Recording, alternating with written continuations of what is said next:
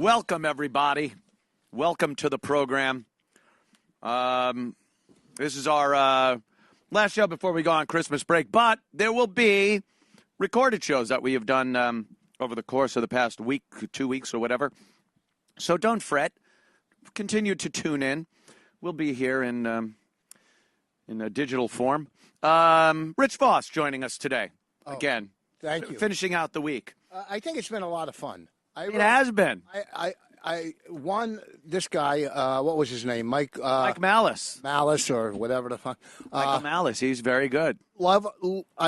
He's very passionate. I like that. He is. He's passionate. Yeah.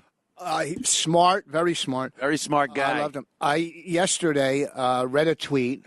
Rich Voss. Congratulations. Keep that up. Well, I had somebody help me to knock him down and be funny. Oh, I'm sorry that as a comic I try to be funny. You're right. Why would I do something as dumb as that? Why do you read these things? So I know who to block. Oh, okay. That helps. But I started muting too, like he said. Mute is great. They don't know. They keep trying, but they don't even know you're not reading their shit. They're just farting into the wind. But what I loved was what's the kid's name? Jared? Yeah, Jared Freed. When he came in here losing his mind. And I was talking to Anthony before this. The problem with him is, not the problem, what it is he's not used to the hatred and the disdain and every negative thing that comes from Twitter from these mutants out here. Fans, yeah. Well, you call them fans. No, some of them. You know what? Obviously, 9 3/4 out of 10 are the best. Of course. Or okay. Those one. Yeah, but big deal. 1 3/4. No, that would be 1/4 left. It's just 1/4, right? Yes. Let the Jew do the math. So okay. So he's not used. He's probably started doing, your podcast and a couple of, and he's getting these tweets and this and that. And he's fucking losing his mind. It'll happen. Like people that aren't used to it. Rich, you're a seasoned veteran of this. I mean, literally decades. Yes. He's taken this type of shit. We have all to a certain extent. And when you do see somebody relatively new come in and start getting that abuse, and they just are like, wait, this isn't supposed to. Yeah. What? I got my own time. I come in, I do something, you shit on me. It's like, yeah, sorry, that's how it works. But things were going great. People were going, I love your podcast, Jared. Right, everybody. Everybody was, And Jared was great. I love that he came in and just spewed his venom. I love that shit. Great job. Well, but he came in. Don't think he wasn't preparing that fucking speech in the fucking elevator. Yeah, I don't think that was off the cuff. That wasn't a complete ad lib. Yeah, he at least had the basic idea of what he wanted to say. We did a roast years ago, the Patrice roast. Oh yeah. And Ben Bailey, finally had something really funny come out of his mouth, and he killed on this roast. Killed because all of the years of built up anger. Right. And he is fine. I'm just kidding. No, I'm not. So. You don't like Cash Cab? No, please. You don't like he drives a cab and does a game show at the same time? You want me to tell you how comics will do almost anything? Do you want me to tell you something funny? You don't have to. I've seen it. You were there yesterday. I've seen it. You were there yesterday when Mark ran out to do comedians on planes. Right. Yeah. Drinking coffee. Comedians on planes drinking coffee. Like somebody ripped off Jerry's idea. Yes. And decided to put it on a little jet. So you sit there. So yeah, Mark Norman was on Jimmy and Sam's show with us. Very funny guy. Morning. Oh, so fucking funny. Quick. Yeah. He's like a savant. Yeah, he's very good. And he had to leave the show early. He's like, I'm going to an airplane. I gotta do something on a jet.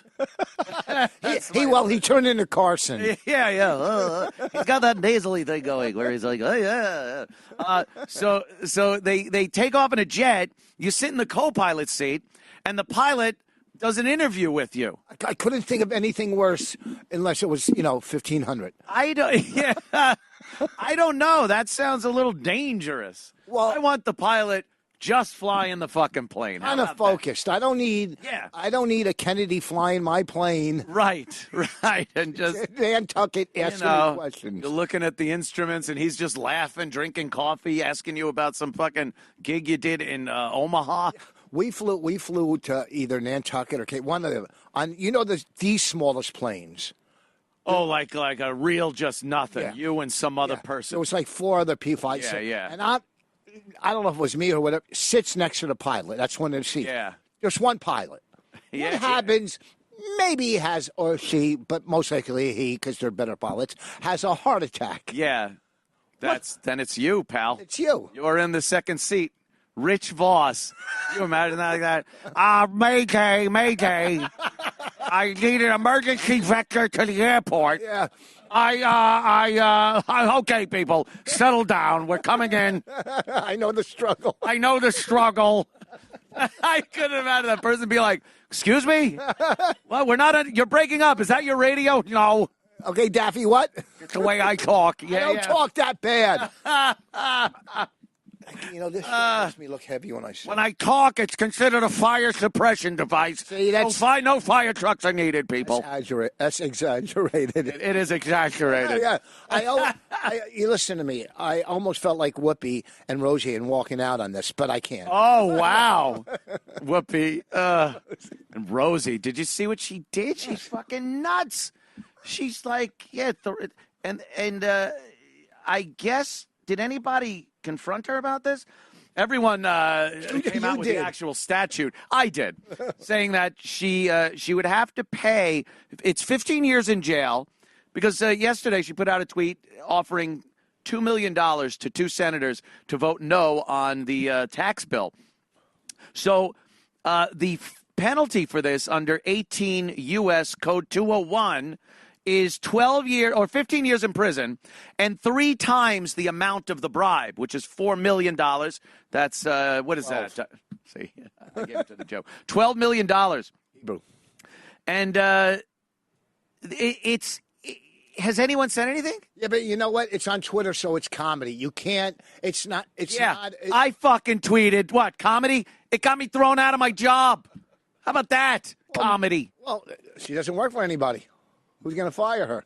Well, that's true, but I'm just talking about maybe consequence for what you're putting out there. And I don't know if you could do that. Can I walk into a bank and I'll tweet, this is a robbery, then I'll show the teller my tweet. Okay, why do you have a lawyer? And then she'll be like, oh, she'll give me the money. When I get arrested, I'll be like, no, I tweeted it. It was a joke. Why don't you have a lawyer call in today and ask, because we're sitting here, we're kind of dummies when it comes to this. Legal stuff. Yes. I know a little bit, but so you're always on the other end. I'm always on the other end.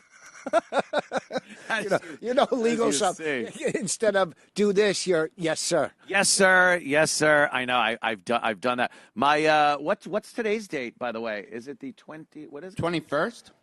21st. God, I got 5 days left. 5 more days before my license is suspended. For 60 days. It's horrible. I'm going to have to Uber and have my chick drive me around and shit like that. It's good because it's winter, so I don't take the good car out. But it is a pain in the ass. Yeah, I mean, you know what? 60 days of fucking, yeah. I've had it before. I'm not sure if I could even get a restricted license in that time. I don't know. So it really fucked me good on this one. I've never pulled me over. I've never heard someone brag. Go, I've lost it before. Yeah. Oh, it's happened before. Before it was speeding again. Yeah, it was speeding before when I lost it. I just enjoy driving fast, not dangerous. I don't whiz in and out of traffic. But on a straight when no one's there, I'm like, I gotta do this. I'm just compelled to fucking blast down on the gas and. Have you ever seen these guys on those, what do they call those? Hot rockets? Yeah. They're they're doing fucking 110, 120 in and out. Yeah, in and out. They're doing wheelies down the fucking expressway. It's crazy. Are you fucking kidding me? Assholes. I call them assholes. Oh. It really is extremely dangerous. I've seen so many videos that living all just entertainment now. You're entertainment. All willy-nilly. Yeah, I can't all live willy-nilly. You're probably a very responsible driver, right? Well, when I You had get pulled over, like you probably never get pulled over. either. my wife yells at me, "You drive so slow going home." But when I had my Porsche or Z4, like when I had the Z4, sometimes I would drive up to 100 miles an hour, for like a good half to a mile, and then I get panicked that there was. Yeah, then you get a little like I'm pushing my luck. Yeah, because you're on a highway, Never know. like I'm talking 78 in Jersey, and there's always cops, Yeah. they're fucking hiding. The LIE, they're all over the place, those fucking cops. Right. So I don't know where you did it or got caught. I got on the LIE and the Grand Central Parkway. Yeah. Both, yeah. You got to do it in residential areas. That's the school zones are good. Yes. School zones, Do it things in like there. that, hospitals. Oh, I didn't see the crossing guard. Yeah, I didn't even see her. And by the way, it's her job to keep the kids out of the fucking road. I'm in a car on the road. Yeah. Who's supposed to be there? Huh? How about that? I'm trying to beat rush hour traffic. There's something that was today, the Waze app, because I use the Waze app now to try to see where the cops are. Got to see where they are. And the Waze app, you turn it on, and it's a community of people that go, hey, there's a cop. Like if you see a cop, you hit a thing, and it'll mark exactly where the person saw the cop. And now you drive, and you go, there's a cop a half mile ahead. You back off. It's great. But now apparently the cops are starting to put erroneous cop sightings in the Waze. Phony cop sightings. But here's what I don't understand. If the cop puts in a cop sighting, he's there. Like if you press a cop is here, he's like, haha, show them there's no cop there. Yes, there are. You're there. He's ratting himself out. And then if people pass by and don't see a cop, they report that no cop is there. And after a few, it goes away, like as a false report. But I've used it, and it's been pretty fucking accurate. Sometimes I'd rather get a report of a cop being there that isn't there than the other way around. Yes. And that's happened. But most of the time, man, I can't think of a time I've seen a cop and it wasn't on the Waze app. Well, I love when the people do the flashing lights to warn you. Oh, yeah. Remember that? Yeah, last week it happened. They still do it? It's mostly in residential, not major highways. Because it's scary now. People say, like, if you do it and a cop sees it, it'll pull you over now. And Well, yeah, because I tried to do it to somebody, but I didn't know I was doing it to another cop going that way. Yeah. Can you imagine that? Pull that Yui and whip. I got pulled over. I was going somewhere up in wherever I was. There was a car behind me honking the horn, and there was a cop right here, and I was lost, and I wanted to ask him real quick. Oh, ask him directions? Just real quick. So old school. No, am I headed the right way? Whatever. And I roll the window down, and some guy behind me honks the horn, and I give him the finger, right, and pull off. Then his lights go on. Oh. He pulls me over. He was an unmarked cop, and I go. He goes, he's yelling at me. He goes, you don't know how has a gun. I go, obviously you do. But they were going to. Yes, I do. No. But I didn't know giving a finger to somebody. I don't think it is illegal. Yeah, especially if I don't know it's a cop. Right. Right? I don't think it is. I think it's a freedom of expression or something.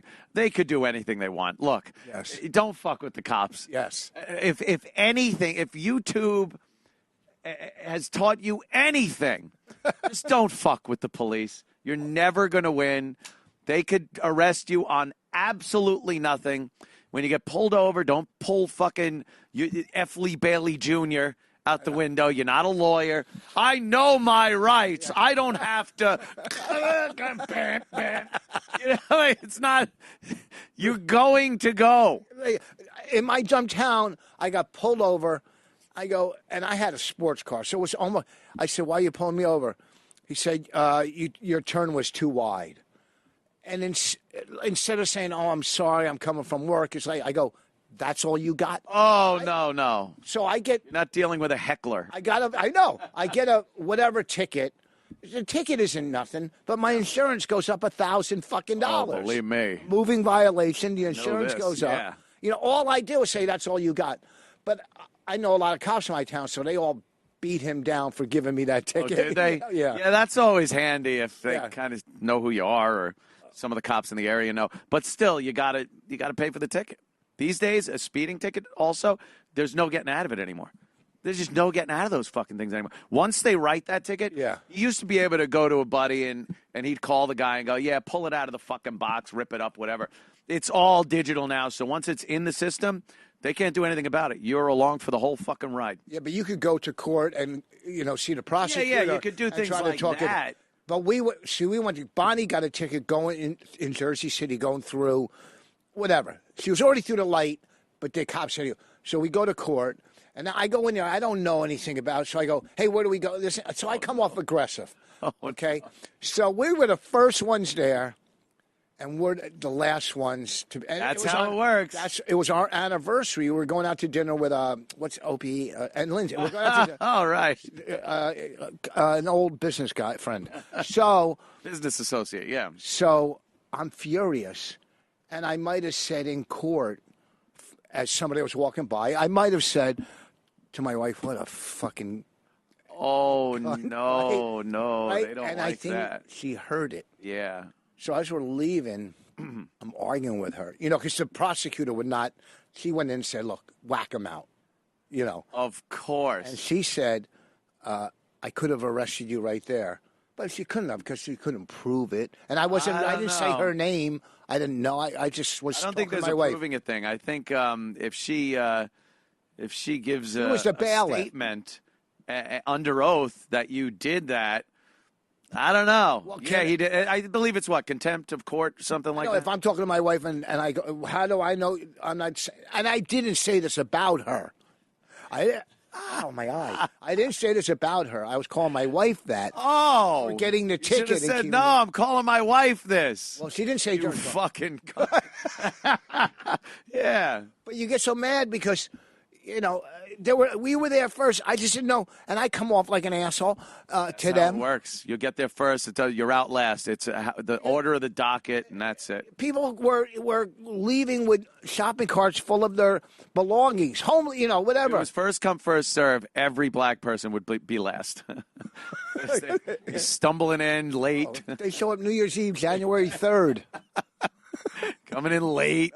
They dropped the ball. Artie Lang not coming in at all. See, you cover it. You throw a white guy in. That's it. Look, I see Erik is here. Come on in, Mr. Nagel. Erik Nagel, of course. Erik from our old Opie and Anthony radio show. He got expunged from Sirius XM satellite radio after Opie. I don't know why he was one of the best there. Everyone for loves years. Erik. For Erik years. did a great job on and off mic. Welcome to the show. Hello. Merry Christmas and whatnot. Nice to see you dressed up. I did the Alex Jones show. Oh, that's name I hosted dropper. the last hour again. I do that every other Thursday. So I had this on, and then I always go in to change. And I went in to change. And I looked and I said, I got nothing to hear. I didn't want to wear like. You ever do the impression on his show? Yeah, I think I have. Okay. I think I have once or twice. He didn't cut in today though. Usually he cuts in. Hey, Anthony, I was eating my lunch. I had to cut in because listening to you, I'm getting all fired up about the deep state and the progressives undermining the traditional values of this country. The fluoride in the toothpaste is turning the frogs gay. Does it just cut your feed off? Like all of a sudden he shows up? Like It's Emperor just on cuts in? split screen. He's like, well, Anthony, I gotta tell you. I was having my lunch. I was seeing if I could trade my chocolate milk for goldfish. And I was eating my lunch. I had chicken noodle soup in my thermos and a ham and Swiss sandwich with mayonnaise, and I hate it. Mustard. I'm trying to trade for bologna and cheese. Today was a very special Alex Jones, though. He was really somber. He was and almost somber. choking up a lot. He was talking religion, a lot of God and Christmas and the bigger picture of the universe, kind of a thing. Losing his family. He's like, I'm tearing up a little here.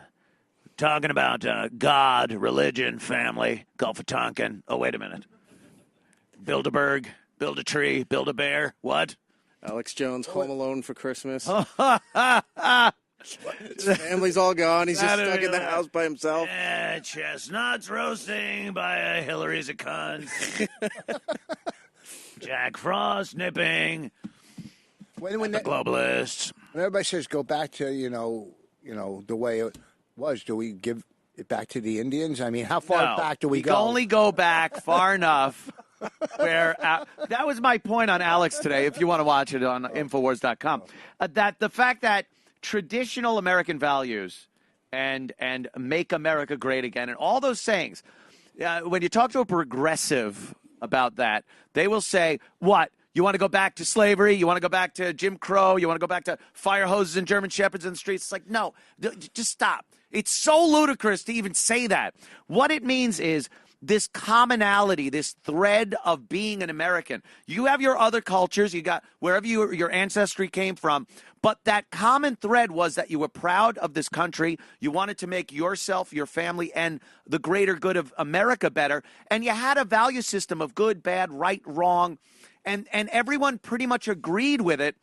There's always those fringists, but everyone agreed with that. And now you get entire segments of the country that have no belief and no want to even contribute to that value system anymore. So you get things like the Kate Steinle case where that fucking asshole, 5 times deported, kills her and gets off the hook because that value system of right, wrong, good, bad is shot in some areas of this country. And if it continues, we're totally doomed as a nation. Well, I came up with a slogan that I'm making shirts. I came up with this like a couple weeks ago on the podcast. I ask not what your country can do for you.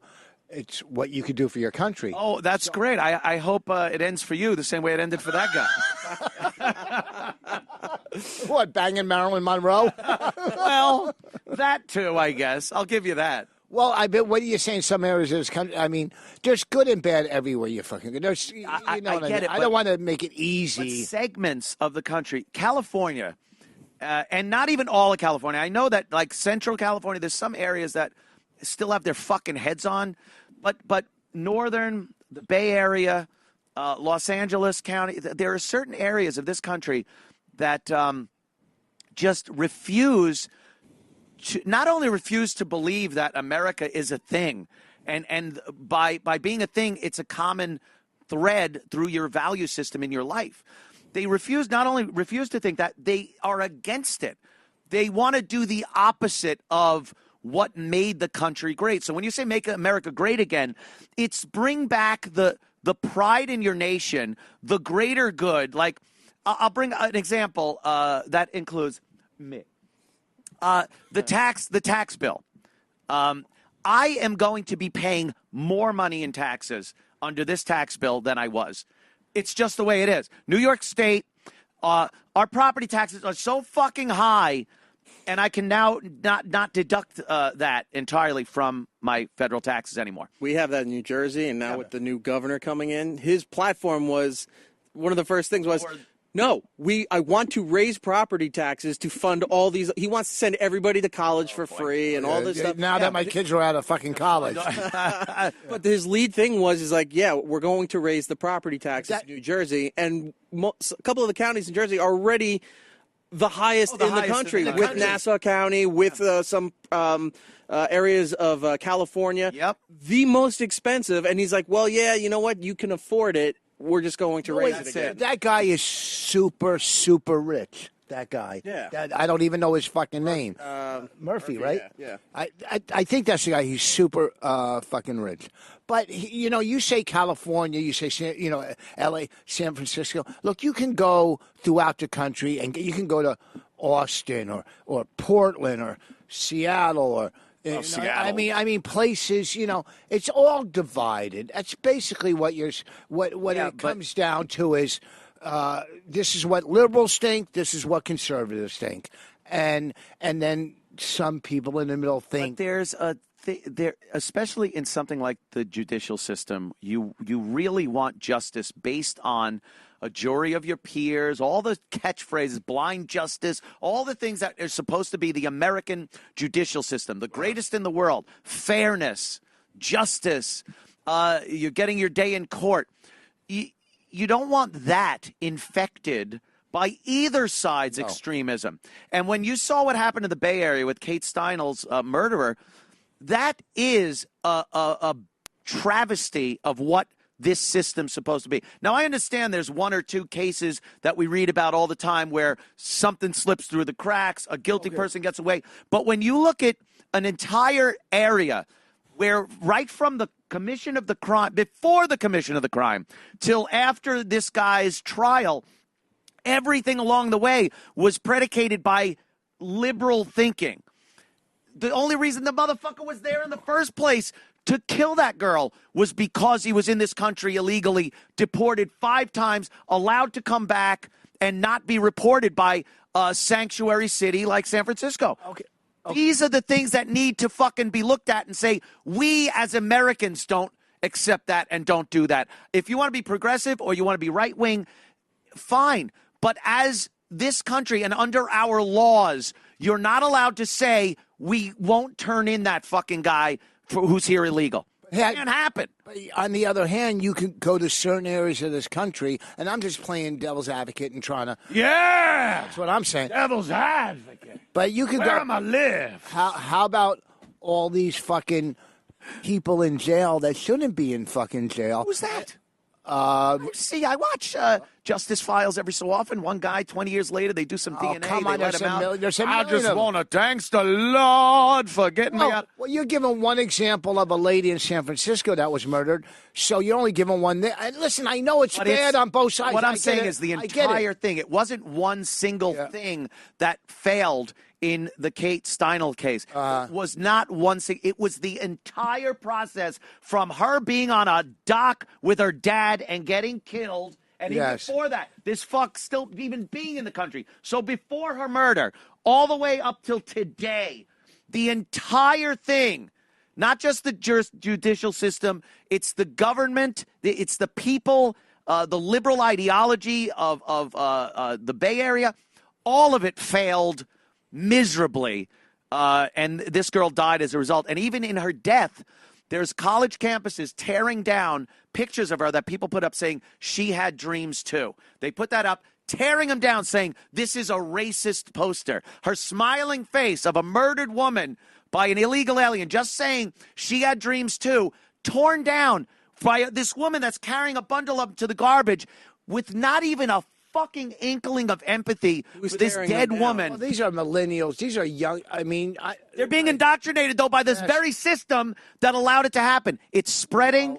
It's a fucking awful thing happening. One of the opinions I have is these kids that go to whatever college they're going to, they're being brainwashed by Hard Knocks. I say. Yeah, you got that right in the streets. Yes. I grew up in the streets. Take it to street level. Okay, and they're being brainwashed by their professors, fucking whatever they, whether it's right or left. And there's left. Rich, I can't allow you to do this. What, throughout the country?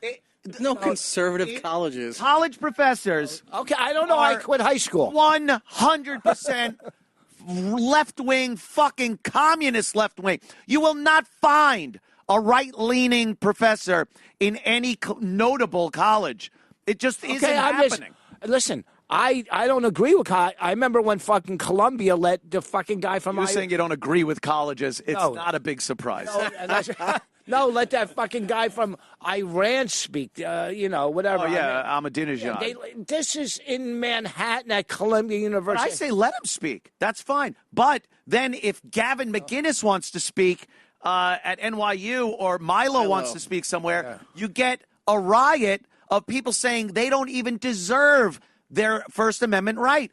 And that is utter fucking lunacy. I agree. And what they call intolerance, everyone they deem intolerant in this country are the most tolerant people because they get shit on and don't take the streets to burn it down and murder other people. The most intolerant people are the ones preaching tolerance. And it's so backwards and twisted that things have to change. Those Berkeley videos were frustrating but fun to watch. Oh, I laugh. I do laugh. Milo wasn't even in the city yet when he was like a day or two from speaking out there, and they're already torching the place. Yeah, everything around, and it's their own campus. It's their own campus. It's insane thinking. Yeah, I was in Ohio 2 weeks ago, and I drove. I drove past. I was driving past Kent State. What happened there? You just every time, like the name, the first thing that comes the first thing that Crosby, comes Stills, Nash and Young. I mean, Boom, boom, boom, What song did- boom, boom. What song did they write about Kent State? Ohio. Oh, really? I don't know. Do I know? Soldiers and Knicks. Oh, that's. coming. Oh, yeah. What It's about Kent State. Yeah. great song. Yeah. Could you imagine nowadays, like that would, I mean, obviously the world and the country, especially back in those days, 60s and 70s, was in turmoil. But could you imagine if a branch of the military opened fire on civilians? Like, could you imagine the 24-hour news cycle and the like that would take a president down? That in and of itself would take an entire administration. And they just were like, yeah, it happens. It's terrible, but it happens. And right along Fucking with their National business. Guard and their kids, too. Yeah. That's crazy shit back then. Jesus. Oh. I was a kid. What do I know? I was pissing myself. I was crying. You had mentioned when you're doing your devil's advocate thing about Alamo lifts. Did you see that it's reversed? Please pop that picture up. I guess You were the Irishman. first person I thought about when that photo showed up, and the caption was he was wearing it to be taller than Al. Yeah, taller than. All I kept thinking was like, if we were still doing that show, this would have been it would have been an first half hour hour. of me, Jimmy, and I. So Pacino and De Niro. He's wearing Herman Munster shoes. What the fuck? Yeah. And what's Pacino's foot doing there? I don't know. This is just sad. He's Wait, standing is like that Tommy Pacino on the Pickles. left? That's Pacino on the left. What the fuck happened? Doing a movie called The Irishman. Obviously, Yeah. this is a clip or a picture from the filming. He's not walking around with Al with those shoes on. And what's Al doing with his? He's doing that polio. He's doing that infant bird toe kind of thing. Yeah, he's he- got like polio. He thinks he's what's his? Oh fuck, Kevin Spacey from Yeah. Kaiser Oh, God. Soze. I'm Kaiser Soze. It's always good to ad-lib when you don't know. Yeah. Usual suspects. Yes, thank you. Yeah, that now it's a clip from the movie. It's Pesci's going to be in it. Harvey Keitel. They're bringing all these old dudes back together for one more like kind of mobster thing, an Irish mob thing. But here's the thing: we never saw this shit years ago. They always did this in Hollywood. They throw the lifts on and stuff. Yeah. But now there's so many pictures going out, and now you look and just go, oh, that's sad. This is replacing the two Tom Cruise photos, the one where they had to dig a ditch. Yes. Somebody, so Jon Tom Stewart, too, they had a... could stand next to the guy, and the Yeah. other one, and it's in the movie. I'm forgetting which movie, but you see him standing on a box. On a box? Yeah, like it was the wrong edit, and you just see the top of the box of where he's standing, where he's talking. Cruise is? Tom Short Cruise. little guy. Can't think of the name of the movie, but if anyone's listening, they can fill us in on it. But I remember when I was in The Godfather and I was laying in the bed with my head bleeding. We get it, the horse. That's good. God bless. God bless my big shoes. Look at the size of my shoes.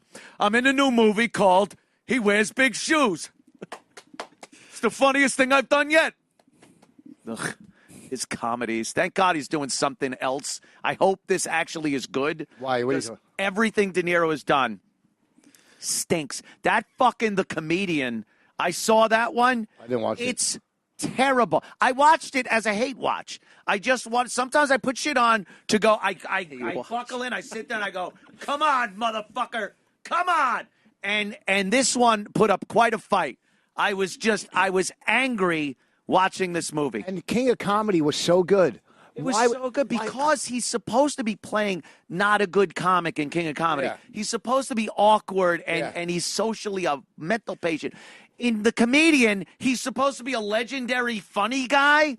And the clips at the cellar, he's up there and they're all at shit that was terrible.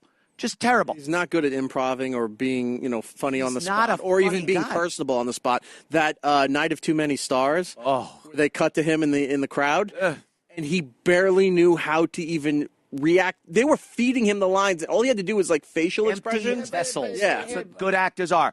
Empty vessels that writers and directors could pour it shit in their head, and then they're that guy. And when they're just themselves, they're dummies. They know nothing. They've been surrounded by people that aren't even real people for so long that they don't even know how to say something off the cuff or in a crowd like that. Like you go into the crowd and go, "Hey, it's De Niro. What do I do?" Yeah, but he's a great actor. You don't expect him to be. Of course. He's not a comic. You know, they always go that's to just but it. he's they always go to comics. Oh, you cannot. Like, if they go to me, you're not an actor. I'm a comic. I'm not an actor. I've seen comics that are great actors. Yes, you have. You've never seen an actor that can even play a halfway decent comic. Well, what Rich said, too, they're not comics. He's, for the last 15, 20 years, has tried to give the emphasis that he is, like he's part of this community. Comic, right. Your community, funny, sorry. he does. Part of that community where he's a funny guy. He goes to comedy shows. You Yeah. know, we've heard all you guys talk about him showing up at the Cellar and stuff.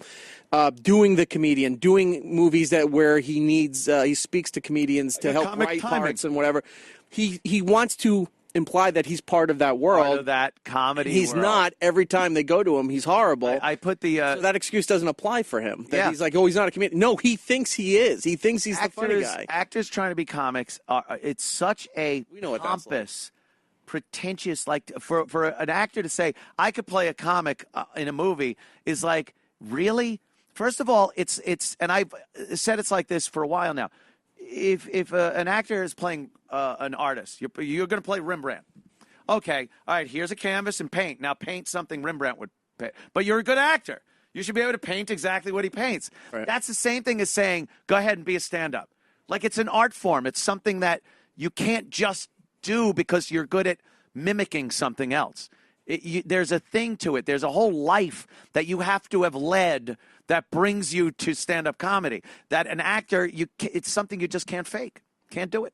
And they come off looking stiff and stupid. He would get more of a pass if he wasn't trying to marry himself into your industry about being but funny, there's a being a difference. comic actor, being Yeah. a comedian. If he wasn't trying to do that all the time, people would let it slide that he was awkward in certain situations. yes. But there's a difference between being a comic or being a comedic actor. Look at all those. I mean, John Candy and that whole. yeah, they can't do stand up, No. but they're great fucking Comedic actor. They right. did Totally different. John Candy did improv and he did sketch Yeah. comedy. Yeah. So he built a way where if he wasn't doing what you do, standing on the mic, standing on stage in front of a microphone telling jokes, he's still part of your world where he was doing sketches. He had one of the most famous sketch comedy shows ever, and so he earned his way into that world. Yeah, but never just standing up alone with a mic on stage. None of them do. None of them think that we're comedic actors or improvs or whatever. We know we're not could do that. comedians. I hate when Whole different they game. think they can. So many of them go, "Oh, I think they can. It's so fucking funny when they,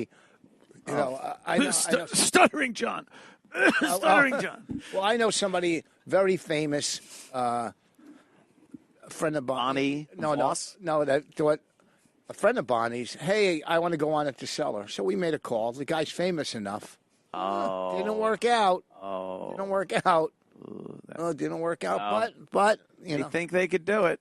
you know. They think they can. That clip with that picture with the lifts. I was just thinking how funny it would be if it was just a competition. Like I'm going to be taller. I got to be taller than Pacino. And Pacino's like, no, I got to be tall. And after a while, the director's like, and they're up literally on stilts, walking down the street.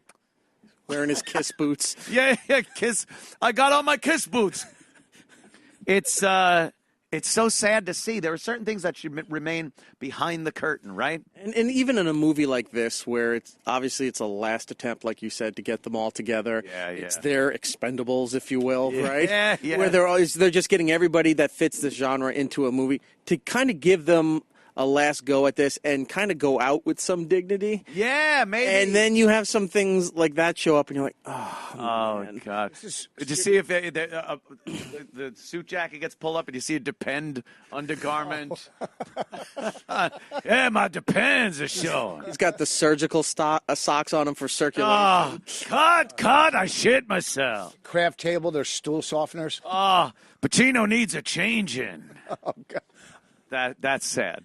That's sad. I made a boom boom. I made a boom boom. This is a Scorsese movie, right? Yeah. It's going to be great. By the way, I hope so. There's a lot of expectation there. through certain channels, I may or may not have seen Jim Norton's part. And Oh, no spoilers or anything, he's amazing. really? He really, you What does he forget that it's Jim. Does he play Blinky? And that's amazing. Oh, that's fucking great. I really do hope. I know what he does. It was I almost can't as wait good as to you see. as Lenny Bruce. No, I know what he does, and I'm sure it I did do. I come know. out great. It is because Yeah. You see him for a tiny bit, and then he's background while other stuff's going on. But if you just focusing on what he does, it's like, oh my God, he really channeled that person. Oh, that's Well, let me That's tell you exactly something. what it is. He is really good when he does background. I remember I was watching him. I don't know what in the League of Our Own, and he was up in the upper deck. He sat there better than anybody sat. You actually would have thought he was watching a ball game. Yeah, it was crazy. His eyes were focused. Look, we heard you acting in a clip from Bronx Tale. Oh, yeah, that was sprung Louis on me. Beans. That was sprung on me, pal. You go to my... Hey, actors got to be able to fucking No, roll. No, I didn't have the sides to rehearse. You don't just go to fucking American. That's how they get parts. Listen to me. You would walk in Oh, and they'd be like, all right, you're going to act now. All right, listen to me. $20. Fucking a pre-football game, whatever the fuck UNLV did. Shut the fuck up. Go to American Dreams and play my clip of me playing Lenny Bruce. Yeah? Knocked it out of the park. Ad-libs. did. It was okay. It was okay. It wasn't.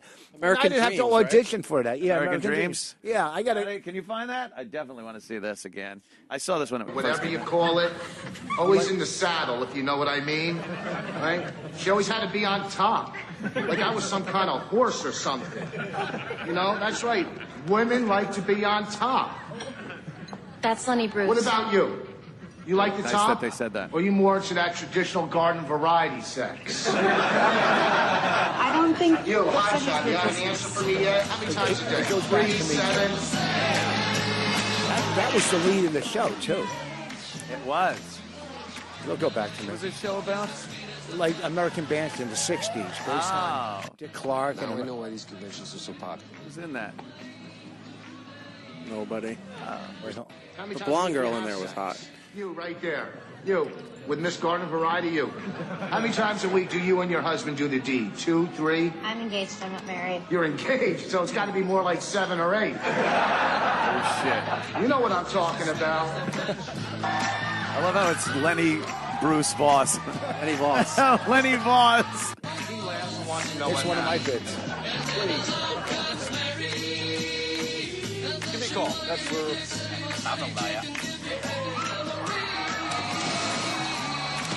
Did you get paid for this? When people throw rocks at me. Pretty good.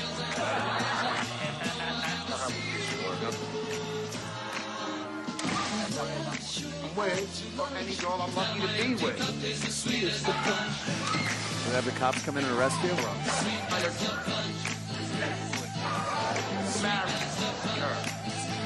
Jesus, what's going on? I'm having a Pokemon seizure watching this.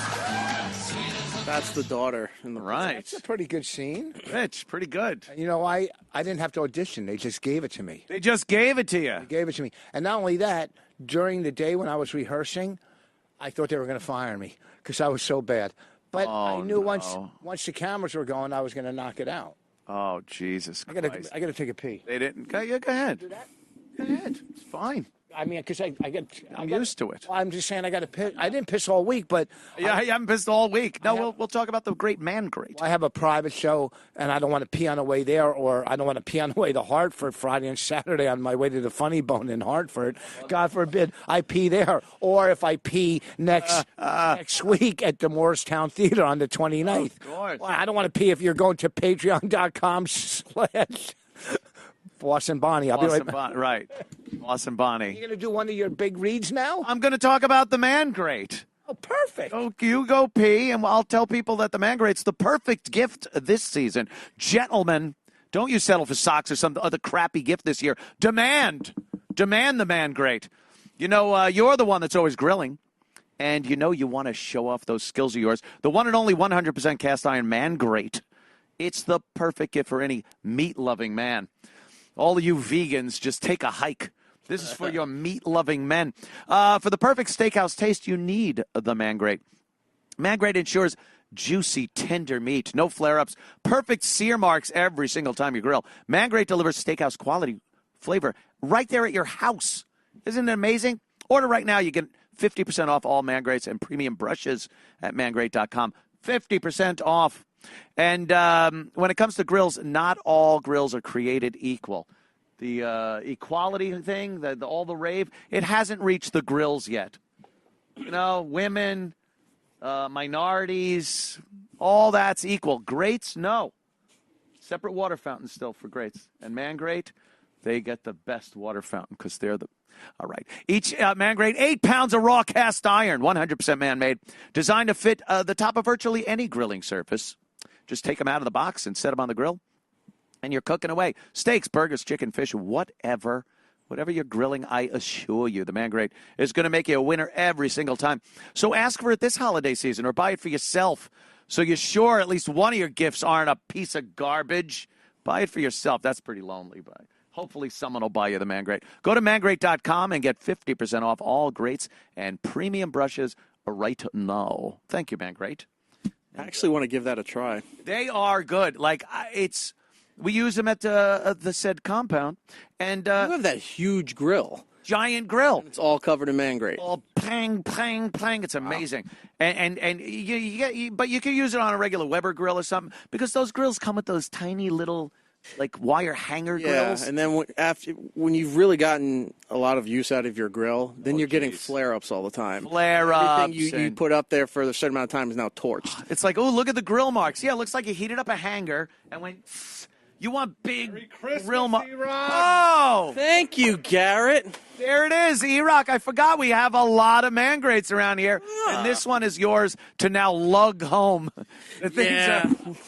Like everybody that gets a Man Great, because you want to go to mangreat.com and get it delivered because you could give someone a Man Great and they're like, yeah, I'm not carrying this home. Yeah.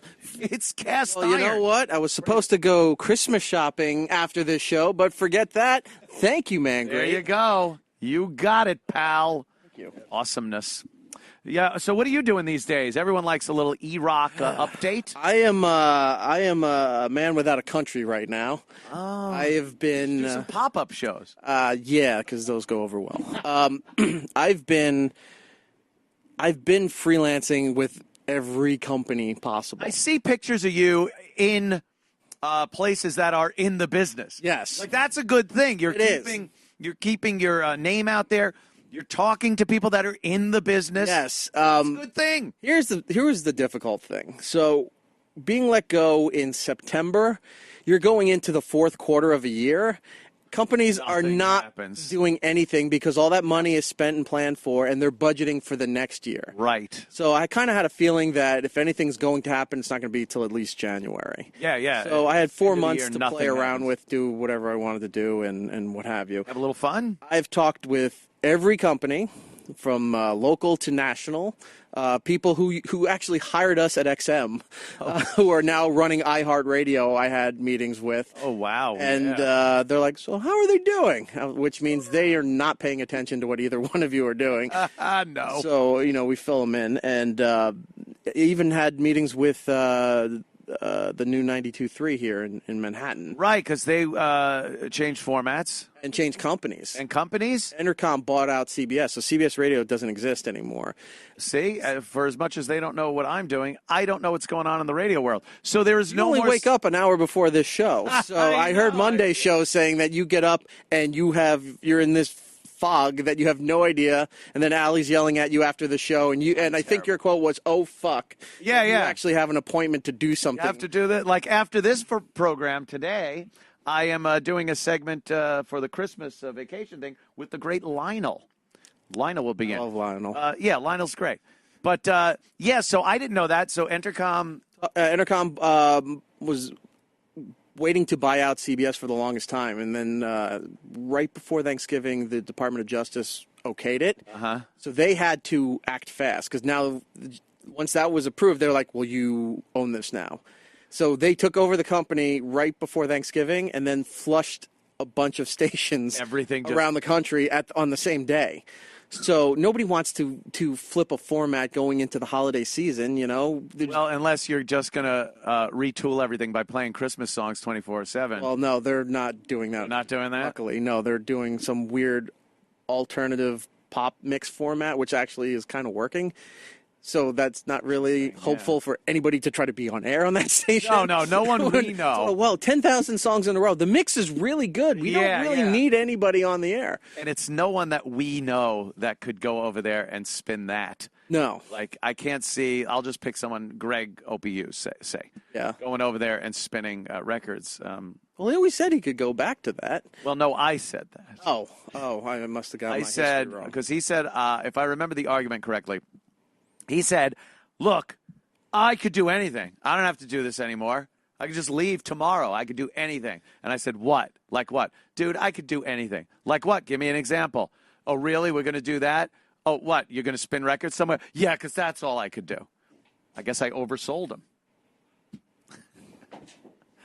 Look, Erik, you are not party to any of what I say. My opinions are that only of myself, Compound Media, and everybody. I have my own opinions in dealing with said gentleman. You're a lot more diplomatic. You're a nice guy. You always have been. And, you don't get into those petty little disputes. I'm also being paid by a company that let me go, so I kind of have to. Oh, yes. Non-disparagement. Cordial. I've heard of that. Until that deal is done. But I got you. I'm allowed back in the building. It's great. I know. I did 2 days this week. I did yesterday morning. It must have killed you. And then Monday. Oh, it killed me. No, I actually stayed in the city. I have not been home in a week. My poor cat. You got there. What time they're on at 8, right? They're on at 8. I got there at 8. Imagine if they were still doing 6. Yeah. Yeah, I remember when we used to say I'll be there at 8. If we did, remember when we were doing 5.5 hours of radio a day between CBS and XM? Yeah. I was talking last night with the book guys. We had our meeting last night, and I was going through that whole phase of walkovers and I went through what happened during the off years, the 2 years that we were off. Okay, part of that, the last part of that, and then the beginning of XM and the walkover and all that stuff, and it's just really cool. Like, it's jogging my memory of a lot of things that I had forgotten about and stuff. I'm just so happy I'm the first one writing the book. Well, I had told you that I have, if you ever needed photos and stuff, I have all of that. Oh, stuff, yeah, right? which would be great. So I've been building a new studio. And look at you. I was digging. Like little Sam Roberts did, too, in his bed. You see Sam's studio? It looks great. I prefer to think, I have told you that I took your lead when you were doing your late night ravings in your basement. Yeah, my rantings. Right. And so I was like, you know what? Until I get something else, I should build my own. It's very good. It's like, and once you do get a job, it's like having an escape pod. If you get jettisoned off of the company, you still have a place to go to voice, to get yourself out there still. You're not years ago when you got fired from radio, you were relegated to obscurity until you got the next job. You had no way of telling your fans anything. So anything Dennis Falcone told us about his job history was 100% true. Oh, absolutely. Yeah. So weird, because I'm building a dance studio. Are you, Tony Manero? Now you're a cunt. So as I was building, I was digging through bins of old stuff, and I found something that I never realized that I had was dignity. A waistline, and I found out I have the backup to Foundry Music. Oh shit! I have the whole website. Oh, that's awesome. But it's not organized. It just did one of those straight pull everything off the server onto a hard drive, right? And it's not labeled correctly or whatever. But I found I have it. So now I was like, oh, that'll be my new project starting next year. I'm going to turn it to me. Wait, what did you find? Ooh. Oh God! Ghost of Steve. We used to do that. Yes. Ooh, yes, I'm a ghost. That's so. Oh God! Sad. Loved him. Ebenezer Hughes. Yes. Ooh, screw. What? Bah humbug. Yes. But it would be nice if, because I remember he had all those old videos that I guess Bob Eatman had. Oh, Bob Eatman had them. Yeah. Well, I don't know where they are now. Bob Eatman, boo. I don't know where all those old things are now. He goes, Jew. Because he was a Jew. Who was? My old agent, super agent. Oh, Bobby, yeah. He he's passed, dead now, too. Yeah. There's an old video. Wow, too. anybody connected with certain people. Careers die or they die. Jesus Christ. Terrible. There's an old video that I stumbled upon not too long ago where it was Mancow fighting with Stuttering John. Oh, wow. Yeah. Mancow had some kind of press conference in Chicago, and Stuttering John was sent there to ask questions, and then they wound up getting in a fight. And you see on stage in front of Mancow blocking him is Bob Eatman. Oh, really? A young Bob Eatman was his agent. Yeah, so watching the whole video, and you're just seeing people that you knew or worked with, and it's just... yeah. I've seen some pretty cool old pics of back at the NEW studio and stuff with everybody. And then I saw a video. I guess it was... at one point, Paul Mercurio had a camera guy that was following him around. Yeah, I saw that too. Yeah. Yeah, and he was at our show at NEW one day, and there's a lot of video of that. And it really, because the fucking shit, also we're just smoking. Do we smoke in NEW? Playing foosball in the, during a commercial break. The shit that was going on in there, because there was no GM there. He was probably in D.C. or fucking Philly or something. I remember. It was great. I remember listening the day when Chiafsano called you guys because Ken Stevens was MIA, and you had no program director at the time, and I don't know what was going on, but I remember Chiafsano watch these guys. Chiafsano had to call in and try to tell you that you will stop this. Yeah, stop doing that. We're like, you ain't the boss of me. I remember. I wasn't there. I don't think I was. I definitely wasn't there. But one of the best comics, and somehow I got involved. They called me, the manager, or whatever. But one of the best comics, not only at the moment, but in the '80s. You made him do a prison visit. Yes. Rock. No, he's now dead. And Richard Jenny. Oh, Richard Jenny, yeah. Yes, you made him talk through the glass. Yeah, we made him audition for us through the glass. What a bunch of arrogant assholes. It really was a prick thing to do. One of the best. What a bunch of assholes. Just wanted to promote Platypus Man. And then he killed himself. Yeah, Splatipus Man. Oh, God. Oh, man. Yeah, it was, but doing the book, it's not a bash fest or anything. I do talk about a lot of shit that was really cool that me and Opie did over the course of the years, especially early on. And, the things that kind of broke it up, I think that time off between NEW and XM. 2 years. It was 2 years, and we barely talked to each other during that time. We didn't have, at least we had radio in common when we were on the air together. No matter what our personalities were doing or our lives going in different ways, he's getting a fiance. I'm fucking losing my mind with girls and shit like that. And once we also were had off, a helicopter fascination. Helicopters, my radio control helicopters. Yeah. Were you just buzzing that park in Bay Ridge there? Bay Ridge. I would take a smoking because the gas is spilling into the oil. Radio control helicopters. It was insane. Remember the guy that fucking died, had the helicopter in his house, cut his head off? Fucking bad. How bad are you? You can't even drop the controller? When you see duck, the helicopter yeah, here's a tip. Duck. Yeah.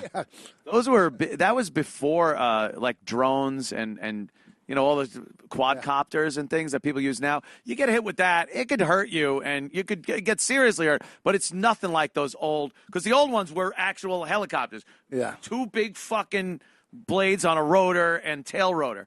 And those things were spinning, and it's a gasoline-powered engine. Yeah. Or the one I had was a jet. It was a turbine jet engine. It started up. It sounded like LaGuardia. You'd smell like a jet fuel fucking. And then there's little kids playing. It really was it was a little dangerous. Wait, you know what? Shouldn't have done that. You remember? I remember when Ope used to date Rick's sister. Yeah, Sandy. Sandy forever. Yeah, that's parts of that is in the book also, because we were like the 4 Musketeers. Me, my ex-wife, Sandy, Rick's sister, and Opie, and we did everything. And I think when I split with my wife, that caused a lot of grief because now it's Sandy and my ex-wife were like tight friends and went through, all the Boston shit and everything. So then we come to New York and I break up with my wife, and now Opie's kind of got to hear it from his girlfriend, and I'm Like at that point, I think Opie was trying to put together one of the CDs. What was there was a CD Opie was trying to put together. Cringe. That never got released. Never got released. We knew it was going to. I was not, whatever. I fucking, it'll be in the book. But one of the big things was he would come in early to cut up shit with Rick. Cut up bits, think of bits for the CD. And I had just broken up with my wife, and all I was doing before the show was fucking constantly. I would go to an apartment in Brooklyn and fucking this, and I would show up, and the resentment Opie had for me was just like, ugh. Why? Because you were banging different broads and he wasn't? Yeah. Oh, okay. Because I was having sexual intercourse with girls while he was, working. Meanwhile, I wasn't going to cut the thing. He's the guy cutting it. I helped out with what we were putting on the disc and things, but he loved doing shit like that, getting in there and fucking cutting up audio. Yeah, well, I remember he produced our movie. Anyhow, that's right. But that also was a huge part of the what became a constant separation right up till the end. How far does the book span? Does it goes from some of the shit where I'm young, pissy eyes. Oh, okay. And it includes your life, not just the radio career. Yeah. Okay. It's that and working for a living kind of a thing. Not, and there I was in an attic. It's nothing like that.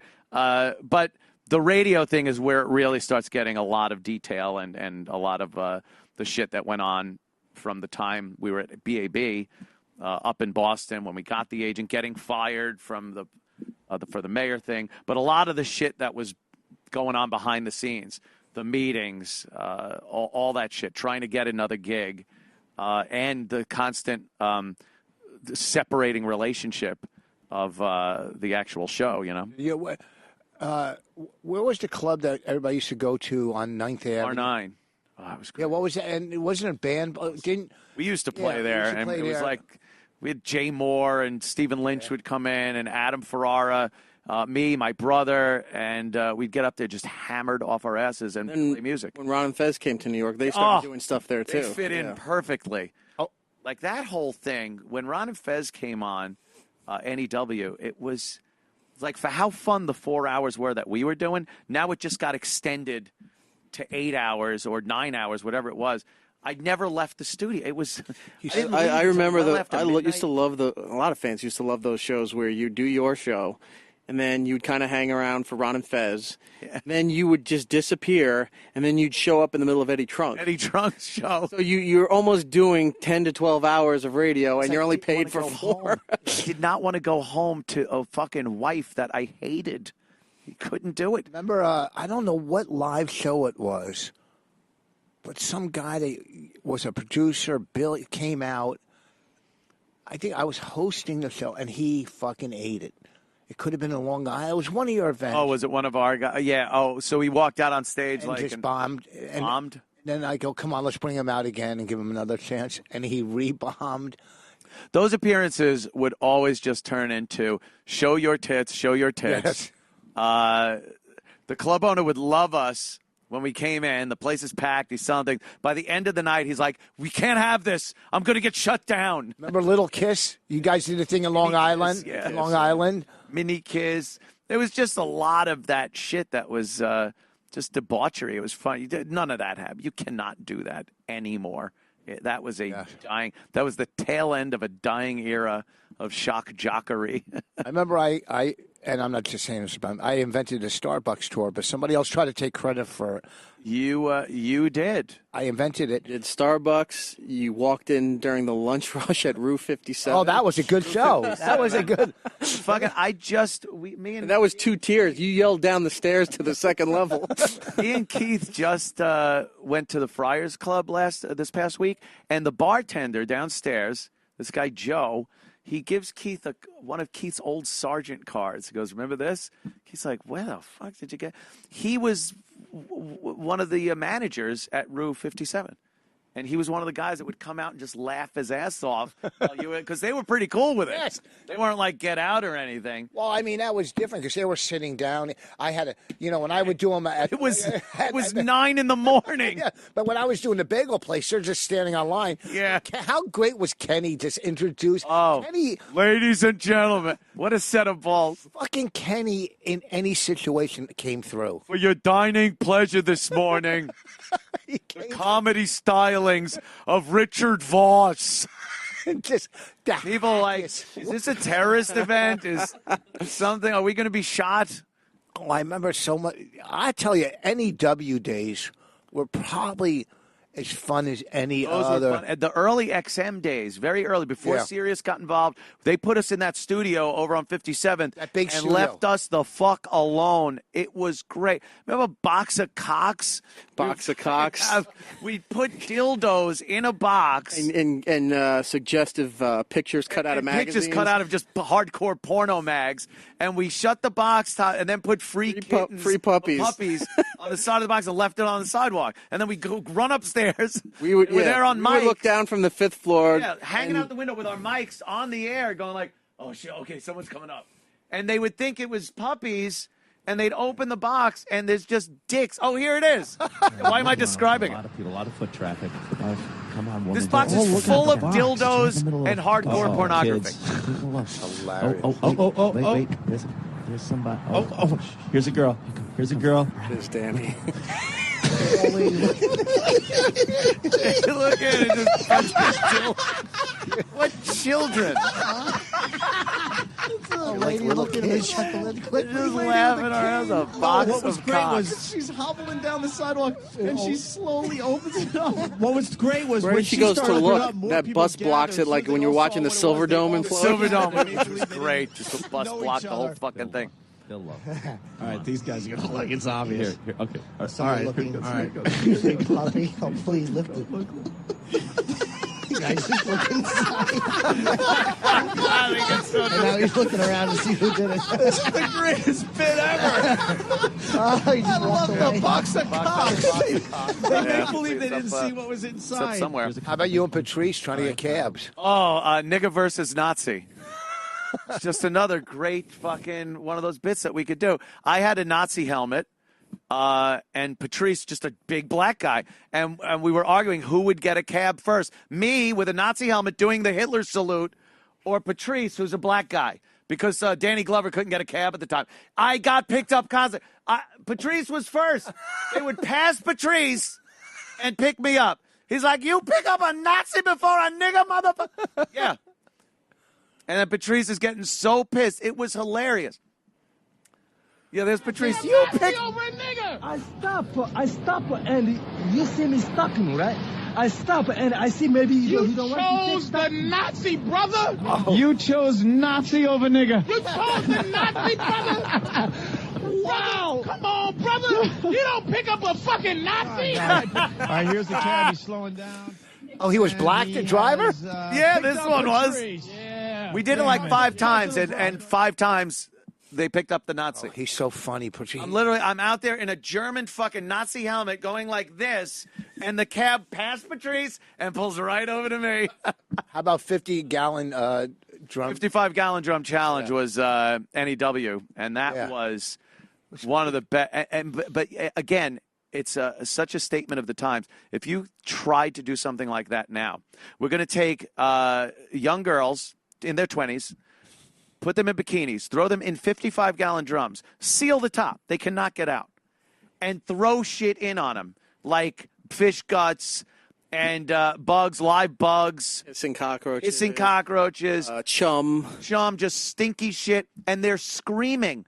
Their screams were muffled by, it sounded like a crawl space in a serial killer's house. And could you imagine doing this now? The complaints? My favorite were whoever was taking the photos at the time you would see the eye through the hole. Look at that. There's a little hand coming up through that one. How could you do that how would you not freak out just being in that with the top on it? Yeah, that's scary. There's the far right barrel Yeah. which the girl was too big to fit in the 55-gallon drum. So we taped two garbage cans. What happened? She was too fat to get into a 55-gallon drum, so we had to get two landscaper The leaf barrels. put them on top of each other, tape it together, and cut a hole in the side. Oh, that's She was too fat for a 55-gallon drum. A serial killer's greatest challenge. How do I fit her in the goddamn drum? Are you about a size 14? I'm going to need the landscaper garbage pails. No, it was funny too. Crazy shit back Well, then. it was funny, and Do it now. And Opie did do this. Was Opie's bit. It was funny when he did a baby diaper thing. But disgusting. to watch Bobby get sick. Oh, Bobby. The best is puking watching was- Bobby get sick. My favorite part was when Ope was, pounding his chest about that he would give out money or whatever it was if somebody showed up here because he knew the time limit. Oh, was too yeah. short, nobody would show up. I'll pay you. Then he did it for Rich's thing, and the first thing I did before we left CBS is I called him, and he goes, "I don't know what you're talking about because you were staying across the street for another event, and you were joining us at XM later." You called Rich and told I him called to Rich. I'm like, "You need to come over. Here's what's happening." So he goes, "Okay." And then Rich played it perfectly because while he's Ope's touting about this whole thing that it's not going to happen, whatever, Rich walks in. Yeah. And Ope's panicking and screaming, "Who called him that?" And he's like, "No, I don't know. I was just staying across the street." Oh. Rich totally sold it that Ope bought it. And then all of a sudden he just, "Oh, wait a minute." And he just puts the diaper on the counter. Yeah. Ope loses his shit. Like, and he took some shit and wiped it right under his nose. But it was yellow. But watching Fucking Bobby, baby shit. watching Bobby, fucking dry. Oh, heat. Bobby puking. Clips of Bobby puking are fucking priceless. Probably he couldn't talk. Dude, I can't shit. Dude, don't say some shit. You think that it was a shit? Just fucking hilarious, disgusting. Don't have anything of him puking. I'm on the- sure we do. Either that or if you can look up when, remember he went to the bathroom and Jim had Pat from Munaki take Bobby's cell phone because he had a flip phone and put it up his ass and then put it back down on the console and didn't say anything to Bobby until he was on it. All of a sudden he started to smell it and he freaked out. Bobby puking was so. Here we go. Okay.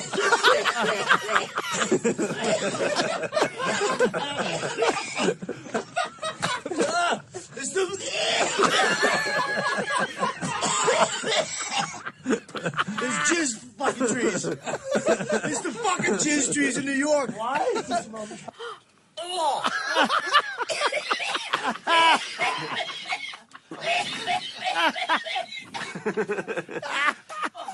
Bobby, look up. Fuck you, Opie. Look up. Look up.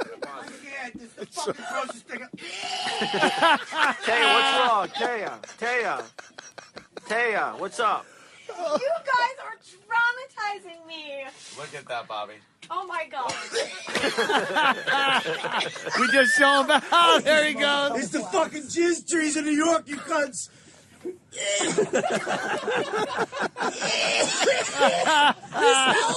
They're a fucking attacking New York, Anthony. Welcome home, Bobby. Welcome home, Bobby. I hate the fucking smell. Oh, shit. It is Rich. Get a good one. Oh.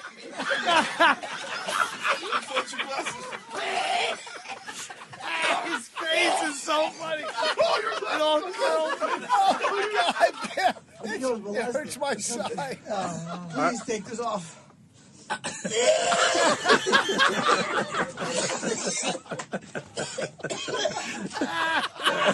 Oh, this hurts. Oh, my stomach's going in the corner. That's the fucking worst. Oh, shit.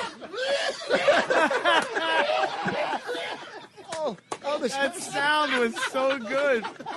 And Jimmy's laughing his ass off. Oh. Oh, God. As opposed to good. I don't even know what the fuck that smell is.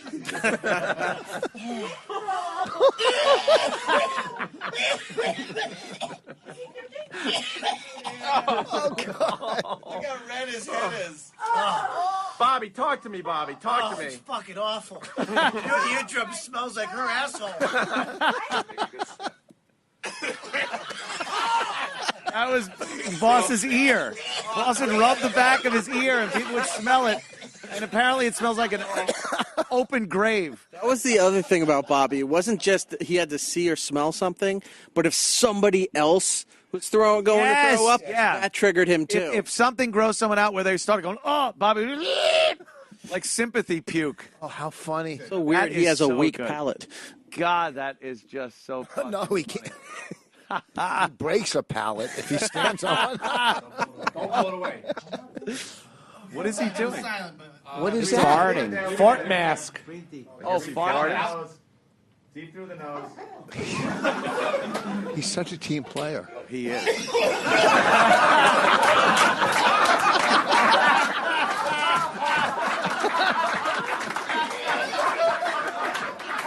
Oh, he's Odyssey priceless. Holy shit, fart mask. Be your audience, not one girl. Wow. Oh, of course. There's one black guy, Carlton. I am. Where the fuck is that one? That was the fishbowl at Sirius XM. Seriously. God damn, that's funny. Wow, my God. Oh, God, he's so good.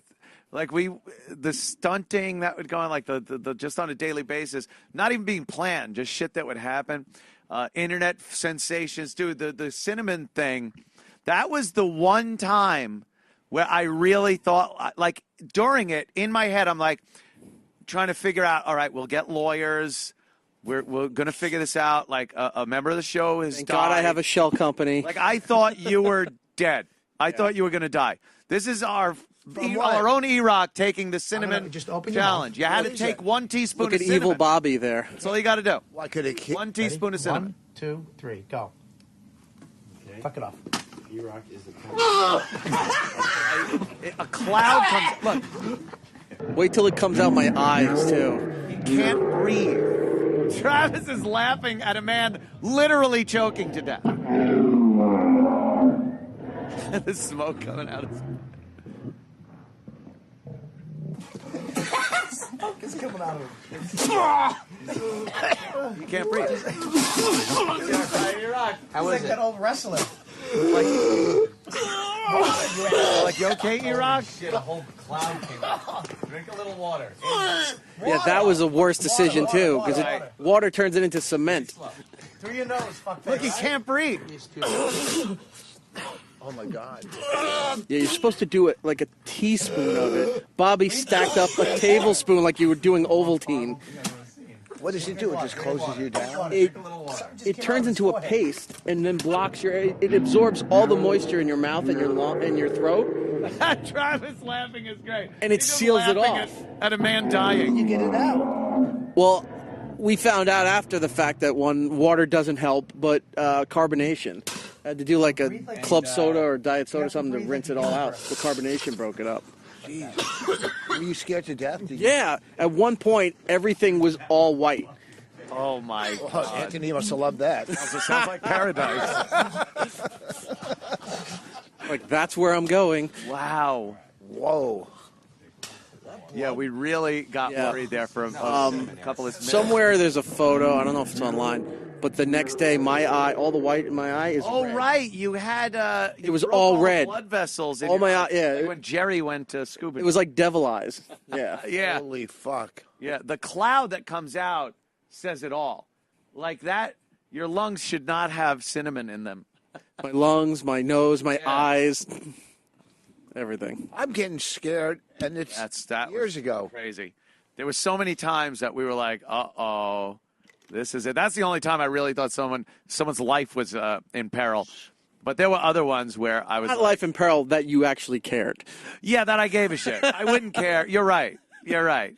So, the time that that girl got really drunk. Oh yeah. And went across the street. Went across the street. To the cops showed up, and or Ralphie the May fancy was out there. steakhouse. Ralphie May talked to the cops, I guess, because they wanted to know what the fuck was going on. You know, he helped us that day. Yes. I never would have known that. He kept that really to himself. Yeah.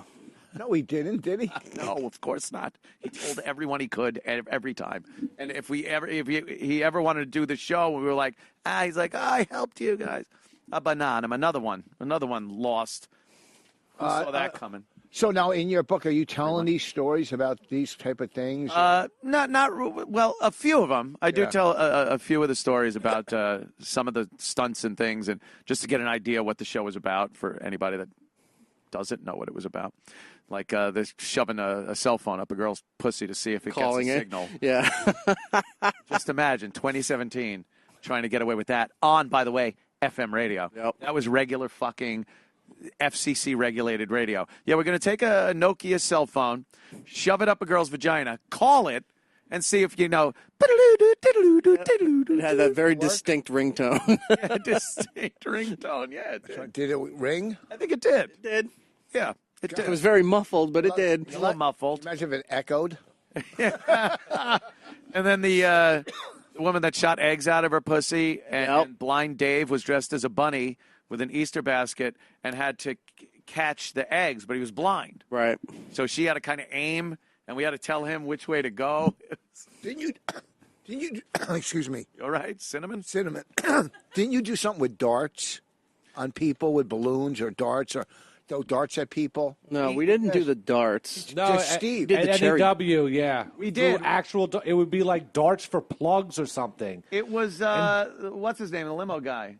Yeah, Limo Anthony. Limo Anthony. Oh, you shot and real darts? We said, for every dart we throw into your back, you're allowed to plug something. But we would put cardboard over his spine to protect we that. protected his spine so the dart wouldn't paralyze him.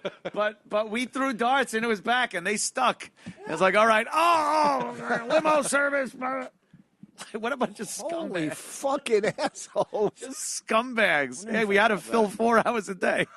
All right. And then you did, I wasn't there that day. Didn't you do mousetrap things with Billy Burr and a mousetrap? We did a thing with Stalker Patty where she was crawling around. That was XM. We did the electric mousetrap. Remember when Ope's apartment was infested? Yes. So we saw like, what are these? Because he kept talking about these electronic traps that he had, and we were fascinated by it. So it was like he brought one in, and we wound up getting a bunch, and that we all had to sit there and put like, I forgot how we did it. We had to two contacts to make the connection and see how long you could hold off. Yeah, they would take these. It was like a box, and the mouse would walk in, and there were two contacts by the bait. And once the mouse straddled both of the contacts, the metal plate, the circuit, and he fried. would fucking get electrocuted. So we would straddle the contacts with our fingers. Oh, is this it? Here we go. We got clips, all this shit. Just see what happens. You wear a wristwatch or anything? Yeah. No, You have a wristwatch so he doesn't die. You might want to remove all metal out of that. Mouse belt on? You got a belt on? No. Yeah, okay. Yeah. I got to touch both plates? Yeah. There's one. Oh, look at you, nervous. Oh! You heard it, too. Yeah. Saw Fan Monday. Is he still trying to do comedy? I'm not trying. Is he doing it? Oh, Steve is there 2 years. Wow, that really hurt, huh? Yeah. How high up did it go? Like here. Sorry, it's up halfway up my arm. Halfway up your arm? Yeah. Wow, that was really cool. Sorry. Yeah, so it's here.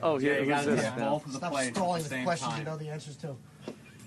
Travis. We just made the interns do it. My fingers.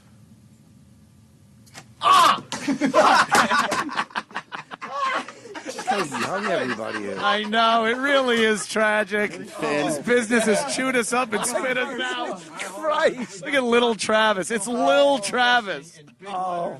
Should really not be doing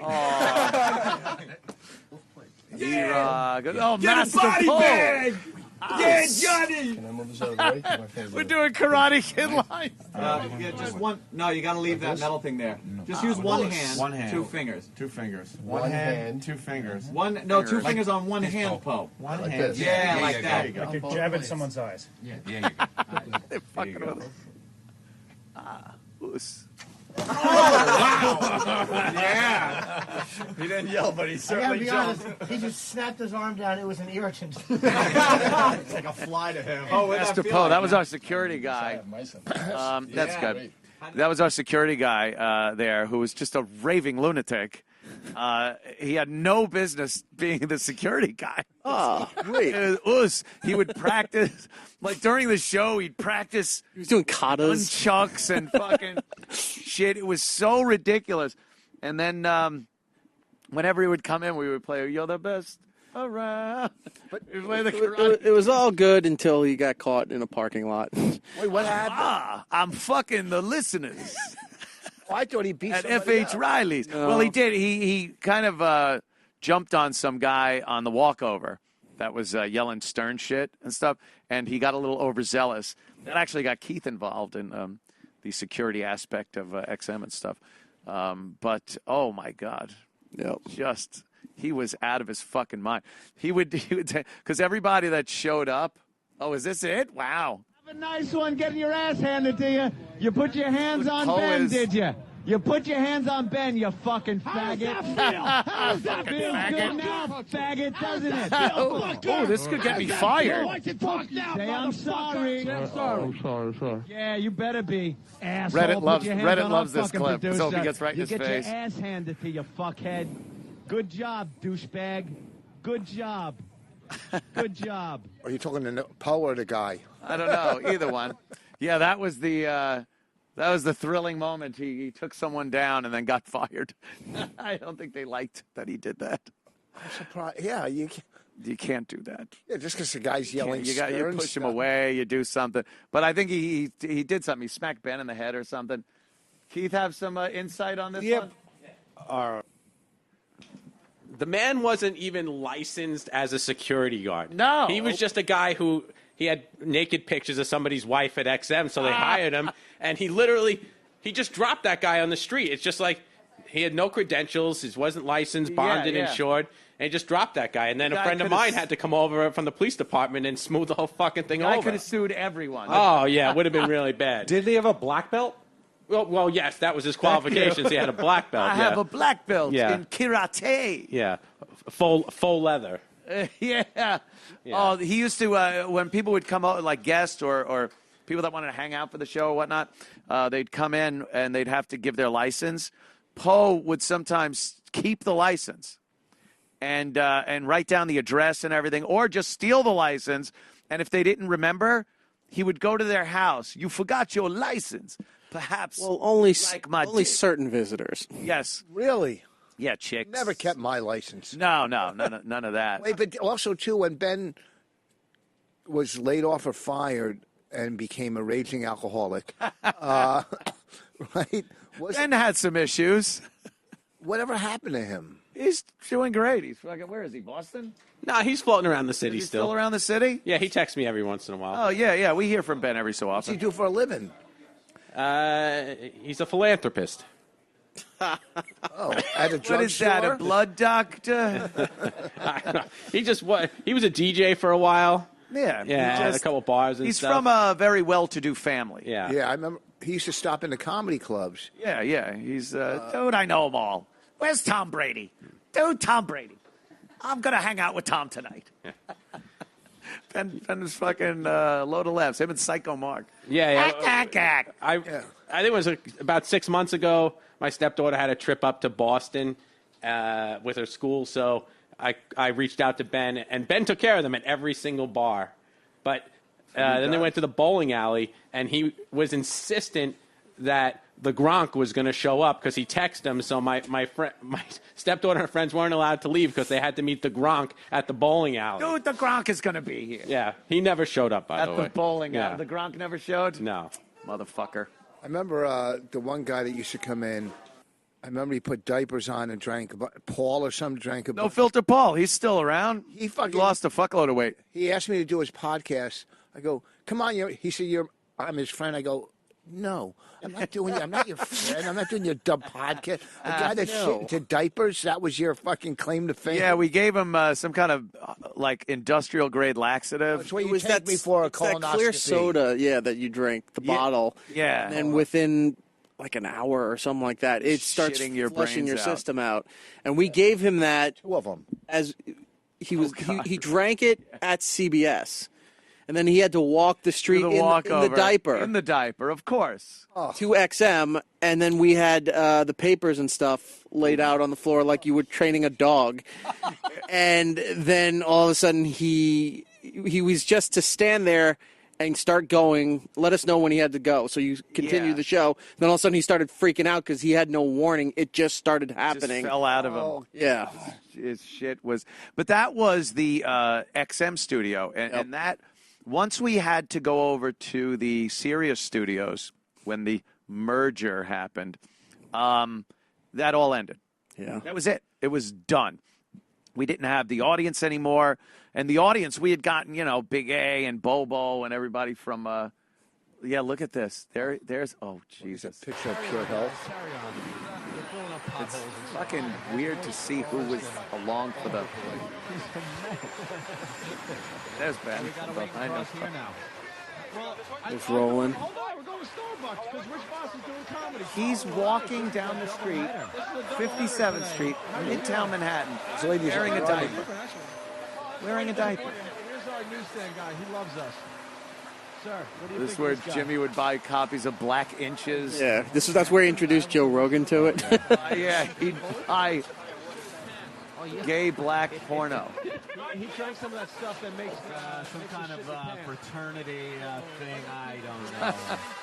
Just move along, children. Nothing to see here, kiddies. Yeah, their kids walking down the street. What's diapers? diapers? You look too nice. What? You're all cleaned up. Gotta do something for a living, right? I drive limos. You need a ride? I'll take one of these.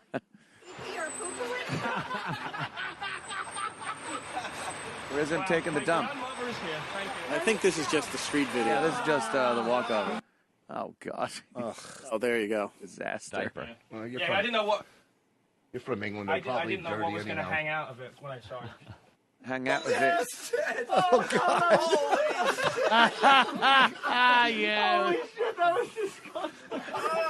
He shit himself. It's running down his leg. Oh, right into the camera. Do what you gotta do. Wait, bend down like you're squat like this. Yeah, but then it's going to come out. You want to live on your fucking floor? Because that's what it's going to be. No, we don't. That's what's going to happen. It's liquid. It's not going to stay in the Move underwear. up the camera a little bit. Don't That's talk what we about need. it. Do it. All right, I'm warning you because it's the floor. Paul, fucking talk to this the guy. Pal Talk camera. It's right in front of you. Dude, Kenny. Whatever. Give him the look and do it. Are you sure? Yeah, they want back shot. No, I guess you keep that when you're Oh, done. God. They don't want God, front this shot. is They so want back fucking... shot.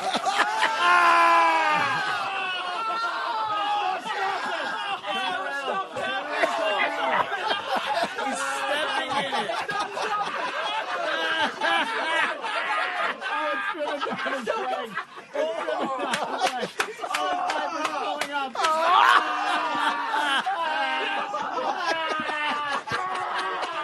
This was our show. This was our show. Oh, God. He always wins in the end. Oh, my God. That is so fucking bad. That was the Opie and Anthony My show. kids were just.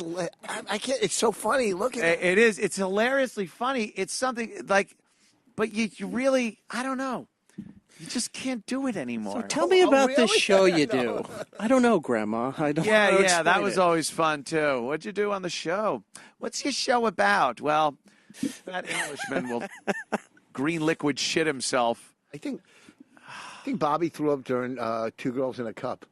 Oh, yeah, and we would show him videos constantly that he would throw up on. Tub Girl was a good original. The guy with the jar that broke. Jar, one guy, one jar. Glass jar. All those videos, which is it? I What happened with refuse the to look jar? at again. No, don't. Don't put that up. Don't. Why? Don't Come put on, that I gotta up. see it. No, I no, never you seen don't. it. Watch it at your own leisure. Oh, come on. It's a gay dude, I assume, some fucking masochist who puts a jar up his ass. It breaks. Like a mason jar. Mason jar kind of a thing. And it breaks in his ass, and then he's picking out broken glass shards with pieces of his colon and blood and shit. There's no reason that even exists. We're not showing it, right? No. No. Oh. All right, a little bit. so bad, I gotta dude. see. Oh, No, it's so bad. said a little bit.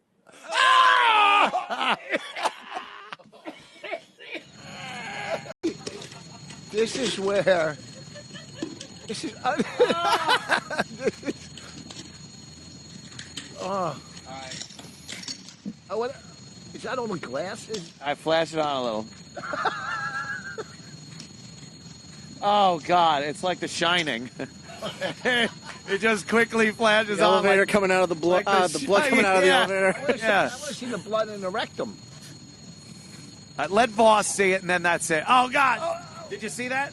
It's running out like a hose. No, I didn't see it. Ow! Oh! All right. Thank you. Thank you. Enough. Wait, you did that in studio? No! It wasn't us. Played the clip. Okay. Although, look, why would I be going, no? Oh, yeah. We just spent a half hour showing all kinds of shit. And if I was like, that was it. No! Yeah. The English guy shitting himself was. If we did that and got away with it, management had nothing to say to us. Yeah, exactly. They could never do anything to us. That was a video, and we showed that to a lot of people that would come in, and it would just horrify them. That's horrifying. It is horrifying. That's why it would horrify them. Bobby, yeah. Oh, well, look. Anyway. That's just great. It was So the book. When's it coming out? Well, yeah. When is the book coming out? We're looking for, I believe, sometime around the summer. It would be the best case scenario. I think I asked you this last time, but you're doing audio version of the book? Oh, yeah. Are you doing it, or are you going to get somebody else to do it? Or can people make guest appearances during certain chapters? I was raised in Flushing, New York, all right? No. I'm going to be doing it. I was thinking about that. Maybe you get, all right, Bobo one, Pat does a chapter. I would think maybe Chip does a chapter. certain things that pertain to other people, they could actually read their parts in it? Their part would be, yeah. Okay. Yeah, that could be cool. That could be a good idea. It'd be fun. Oh my goodness. I bet that guy's asshole was never the same. But I'm not sure. If you want to know the odds of things, go to BetDSI. What are the odds that guy's colon doesn't work anymore? I don't know. Maybe BetDSI would know. NFL football season playoff picture is coming into focus right now. College basketball is underway. The college bowl games are right around the corner. NHL, NBA. Oh boy, there's a game on every night. And BetDSI is here to help you win big this year. How'd you do with your picks? Huh? Did your team and your dumb hunches make you look like a genius? Probably not. And if not, whether you're going to the game, hanging out at home, or heading out somewhere to watch the games, make sure you check out BetDSI before you go. BetDSI.com. Been around since 1998. And they're an A-plus rated sportsbook. Offer odds on all the major sports with the focus on the NFL, but also everything else happening. What is going on? Reality TV, award shows, celebrity happenings. Something going on in this world. BetDSI.com has the experts building those odds. Great way to take advantage of their expertise. Check it out for yourself, BetDSI.com. Use that promo code KUMIA25 and get free credits. Why wouldn't you try it then? BetDSI.com. For those people that need to know how to spell BetDSI.com. Desktop mobile platforms, easy to use, fun to play, or just explore. You want to use that promo code KUMIA25 and get those free credits just for registering. BetDSI.com, promo code KUMIA25. Bless you, BetDSI. Love our sponsors, don't we? Yes, we do. A few things going on that I think we'd like to see. Was this? No, this is yesterday's. There it is. I didn't get to that, though. Is there a South African built a robot from trash? Yes, I need saw to that see this. online. I like these things because isn't that District 9? Yes, District 9. That movie was good. I liked it. I was expecting a sequel. Yeah, let me see this thing because I love this. Occasionally, you'll see. Like, they'll go over to Africa and build a helicopter. Right. And the guy will be like, we are expecting this to be airborne by maybe a month or two. And it's like just, it's junk with some kind of spinny thing on top. No like Da Vinci's? aeronautics to it whatsoever. Yeah. Da Vinci actually did a better job designing it. Palm leaves and it might as well be. Everything on it weighs 10 tons. Like they use it. The wheel is like a wheelbarrow, but not even the wheel. The entire wheelbarrow drilled in or tied onto the all front stuff of it. left over from British colonization. Yeah, British colonization. That's what it is. A hat. Yeah, let me see this thing. All right, one a second, robot. A robot, as they said in the 50s. Or a robot.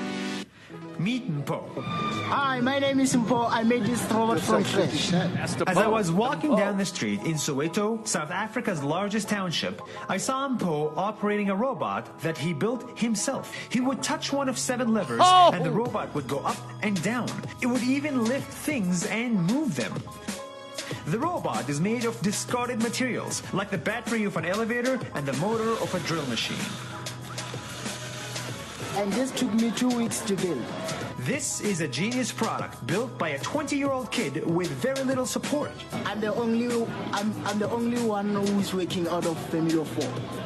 If the same talent was found in another 20-year-old kid in the US, they would probably be at Google. But for now, you can find Mpo at the side of a street waiting to be recognized. That's 1 minute. See you tomorrow. All right, let me tell you something. I'm pretty impressed. I saw some pretty innovative designing there. He had a like a screw gear thing, just made a twisted wire to move something up and down. That was pretty good. What? Yeah, I don't know what the fuck's going on here. Like things are bubbling in there. I don't know. A battery from an elevator. Somebody's plummeting to their death right now because of it. Press 2 for me, please. Yeah. Yeah, look, a little screw gear. But why all the twisted wire? Just to hold it together? Yeah, I think it's like support. Yeah, just support it. Already got good. corporate sponsorship. And the remote control is a little overdone.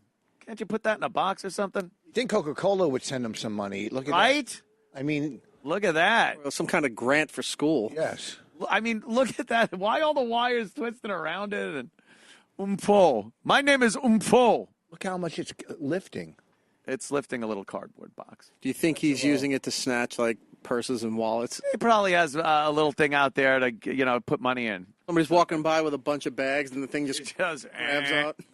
It's like his own claw machine. Well, that's pretty good. I can't imagine he's got a lot to work with there. Yeah, let's call out. Hey, you know what, Coke? I'm drinking one right now. How about, and maybe you're doing it already, a little scholarship money for the guy. Yeah, a little scholarship money from Coca-Cola. I mean, how many hits do you think that thing has on Facebook? I'll tell you, somebody will give him some cash or bring him over or something, give him some schooling just for showing some ingenuity and drive like that. There's something going on where a couple of guys invented a light that works just on gravity.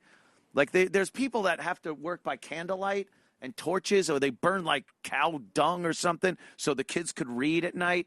And these 2 guys decided, we're going to invent a light that takes nothing.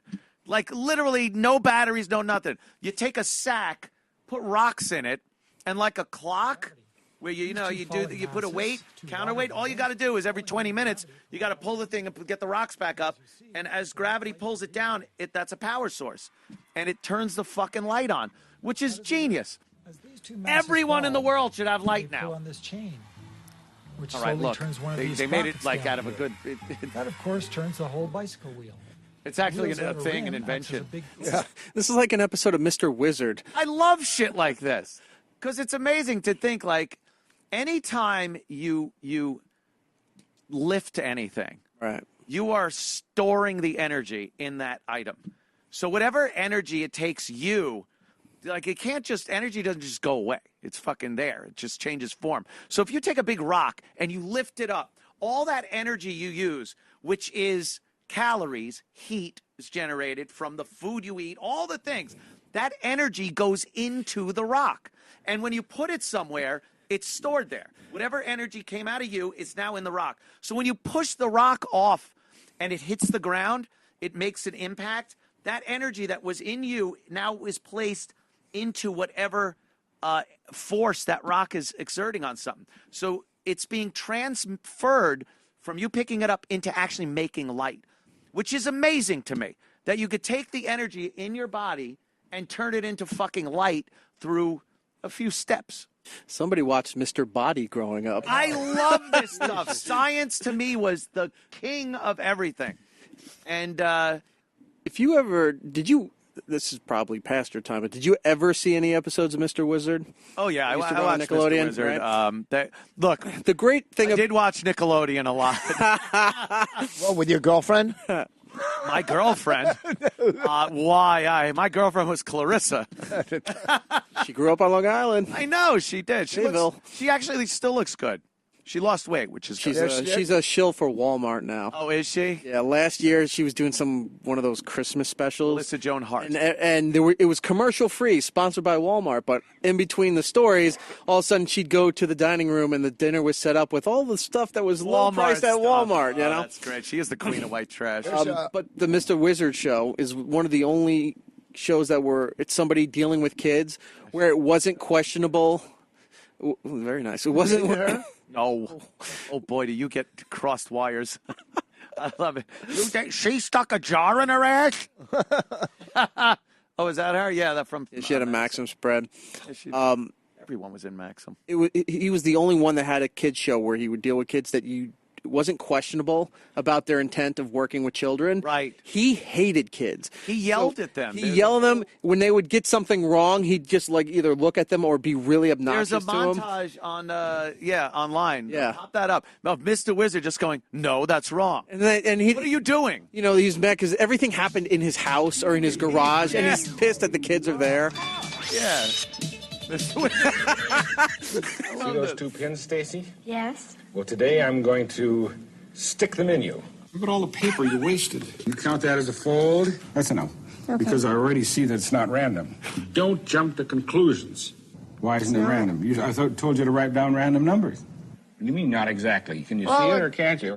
Well, you're right, but for the wrong reason. Sounds logical, doesn't it? Yeah. Well, that's wrong. Wrong. It's wrong? Yeah. Wrong. Wrong. That's right. Not right. That's how I was wrong? That's how you were wrong. What'd you say? He said he's incapable of making a mistake, therefore I must be wrong. M-I-S-S. You don't have to say anything. The computer is saying them for you. Okay. He had her by the neck. Table. Try instead to hit that little thing, okay? You're seeing a beam of light. No, you're seeing the little pieces of dust.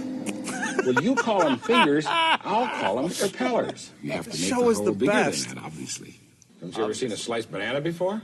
You can't blow up a baby's nursing nipple? Well, you have one of those inside your head. I do? Yeah, it's called a brain. Come on, Eugene. Come on. Turn it over here like that and pull it straight up. No confidence in the science at all. You don't seem to have a great deal of confidence. But it might come back and hit my face. There, it's popped off. Oh, wow, hit you right on the head, too. There you go. They're horrified. Hot wax drop on your finger? Yeah. Well, hold it straight up, then it won't do that. Wait a minute. It's all dad responses. Wait. Hold it a minute. Stop it. I can't help it. Stop it. Get up. Stop it. Get up. I can't get up. Yeah. He's a holding them captive. Yeah, and it was in a house. I must say, I don't think it looks any better than mine. What's making that sound, by the way? Well... Okay, wait till I'm through with you. You'll be sorry you said what you said. Before you leave today, your head's going to be on that platter. Never heard of food going up. Well, yours is going to in just a moment. But instead of putting paper clips from here, we're going to put Ashley. What? Oh, it's a terrible noise. It's very loud. Yeah, try it again. It's very loud. Sounds like wild elephant. Try Anybody home? He wanted to shoot that kid. Goes on forever and ever. Yeah, Mr. Wizard was a dick. It always seemed like he was the science teacher that maybe had to do community service for a DUI. Yeah, so those are all like, yeah, no, here's how it works. He's like, you got to teach these kids. Well, fucking gravity. Yeah, it's all that shit fascinated me. I'm still an asshole. I watch documentaries on space, and do you see that movie, that Year in Space? Some astronaut, they documented him for being in space, circling there, for a year. He was up there for a and year. then they did a second documentary of him coming home and adjusting after living in space for a year. Yeah, that's seems up your alley. Apparently, people have a problem being up there for a long year? period. Like a year is okay, but if you're talking, you're going to put people in space for a very long time. To Mars, there's a problem. Your bone density just you need artificial gravity. So some way to spin the whole thing to. Centrifugal force will give you artificial gravity, but unless you have that, your muscles start to atrophy, your bones break down. And even with that, like just for some reason, being away from Earth fucks with people. So I don't know if it'll ever happen. Trump is trying to get back to space. He's put a new initiative in place where he wants to send people back to the moon. I'm sure it's all Mexicans. Just get them all up there. If we can't wall him off, send him to another celestial body. You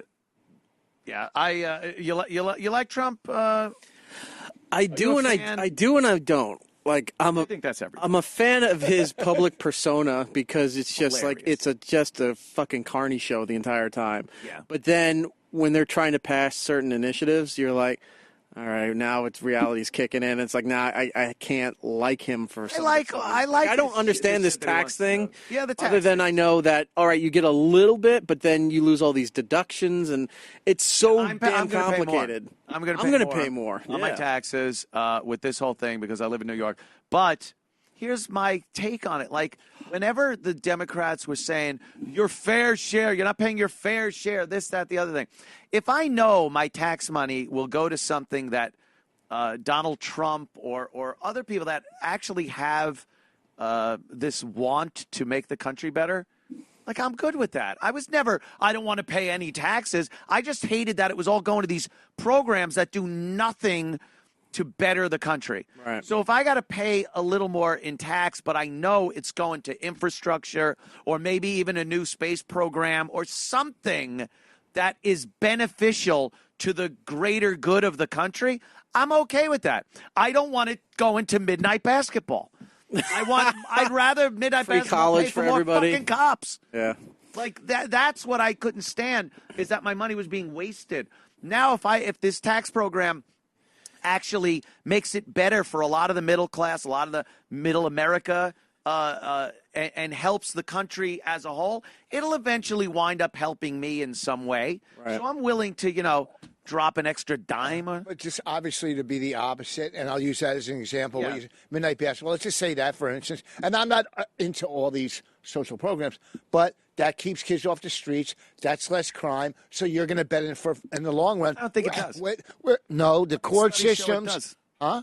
I don't think studies have shown that midnight basketball does anything except, I'm just using that as an except make a example. politician able to go, look what I've done. Oh, yes. More cops, harder law enforcement, better judicial systems where you got guys on gun charges getting out on bail or to serving 2 years, and then they murder someone else, and then they go, oh, the guns are what's bad.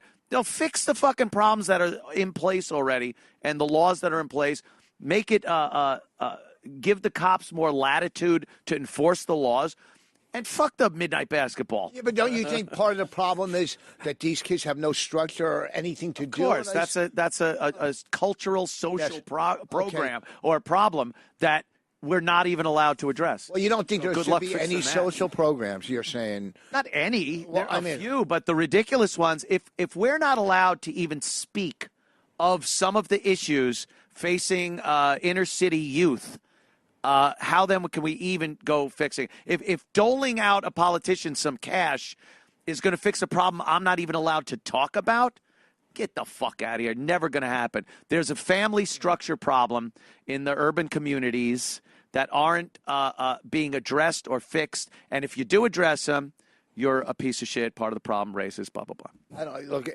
One of the things that would help this country, in my opinion, is on-the-job training with daycare on site, where people can learn a trade, see their kid throughout the day. I mean, how hard is it to put a daycare on site? How about a mom stays home with her fucking kids, and the husband trains on the job and does that? Okay. How about you not enforce? You nurture the idea to American people that you don't have a fucking kid if you're you can't even take care of yourself. How about that? That's a good one. How about that a family that has a child, both of the parents are responsible in some way for that child, and you can't just run off and fucking have another kid. All that shit is important. But when kids are having kids, and it happens all over, when kids, white kids and black kids, and they're 16 and they're having... The illegitimacy rate in the black community is in the 70 percentile at least. Yeah. And it's not, you can't say that. If you say it in a more public a forum than this, you're a piece of shit. Now, if you can't address that problem, which is a giant, that problem has legs of 20 more problems in the black community, but you're not allowed to talk about that. Why is that happening? Why are fathers having kids without any relationship with these women and then leaving, and then the women continue to do it? They can't even take care of themselves. They're on the government till. The kids are being raised by an irresponsible piece of shit that raises criminals and other people that are just going to be more problems. When you were 16, Yeah, but for some reason, it's a 70% in the black community. When you were I don't 16, know why. When you were 16, and you know I'm not some fucking bleeding heart liberal, but when you were 16, if you got knocked up a girl and got her pregnant, what do you think you would have done? Paging Doc Martin. Paging Doc Martin. No. You kick her in the fucking stomach. Can't do that today. So, you know, I mean, I'm teasing, of course. What do you think? If I was 16 and not, well, I didn't get laid till I was 18, but you know, what do you do at 16? You're a kid. You're gonna have to, but most of them are gonna run. At some point, if you have a kid, I do believe you have to go, well, got to take care of the kid now. Yes, you do have when to you're change your life fucking around. 30 or 27, when you're 16, you're going, holy fuck, I can't even take care of myself. So, yes, you're going to take off.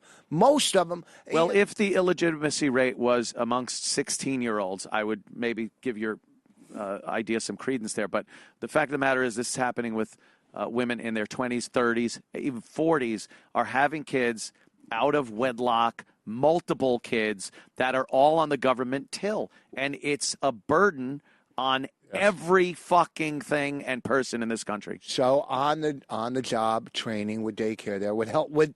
I do like the idea of people, not everyone thinking they either have to be homeless or a rocket scientist, something in the middle there, a trade, something like that. Well, people don't productive. But there's no shame anymore. There's no sense of pride in workmanship. You either have to, if you didn't go to, you got to get a college scholarship or you're a piece of shit homeless person. Like, it's like, what's his name from Dirty Jobs said. There's Mike Rowe. Mike Rowe. It's fine to learn how to fucking be a carpenter. Yes, that's what I started off as. Yeah. And you don't need to be like a YouTube star. Yeah, again, perfect. Yeah. Yes. You should. Which, by the way, if you, not if you don't follow, we all follow them. But if you follow any of them, as they're getting older, their lives are deteriorating because they document everything and they think they got to generate stories. But as they're getting out of their late teens into their 20s, like this guy Jake Paul has this huge thing called Team 10. People that worked in the organization, other kids, are leaving and saying this guy was physically abusing them. Oh, God, and you know all this swindling going on. So they're falling apart. It's like old days of young Hollywood where they would go out and party and drink and whatever, and you'd see on the press they would fuck up their lives. These YouTubers are now turning into that, and you're watching it, watching it unfold. And then when you see these compilations where like, oh, this person's a liar, here's everything they lied about, and then they go on there, I'm not a liar, whatever, and then all of a sudden it makes the news that hey, this person swindled money out of these deals or whatever. Yeah. You put it out there. You hung yourself by documenting your life like this. You make yourself a refugee of a boy band now. Yeah. You could do that to yourself. It's so much fun. My 10-year-old on YouTube 24 hours. Oh, you can't do I that. can hear her in the room laughing. Boss, do some parenting. No, listen, I'm only. Are you kidding? My kid went to camp 2 years in a row, to coding camp. She's editing videos. She's built games on her fucking phone. She's a genius. I'm not lying. He stole his email password too.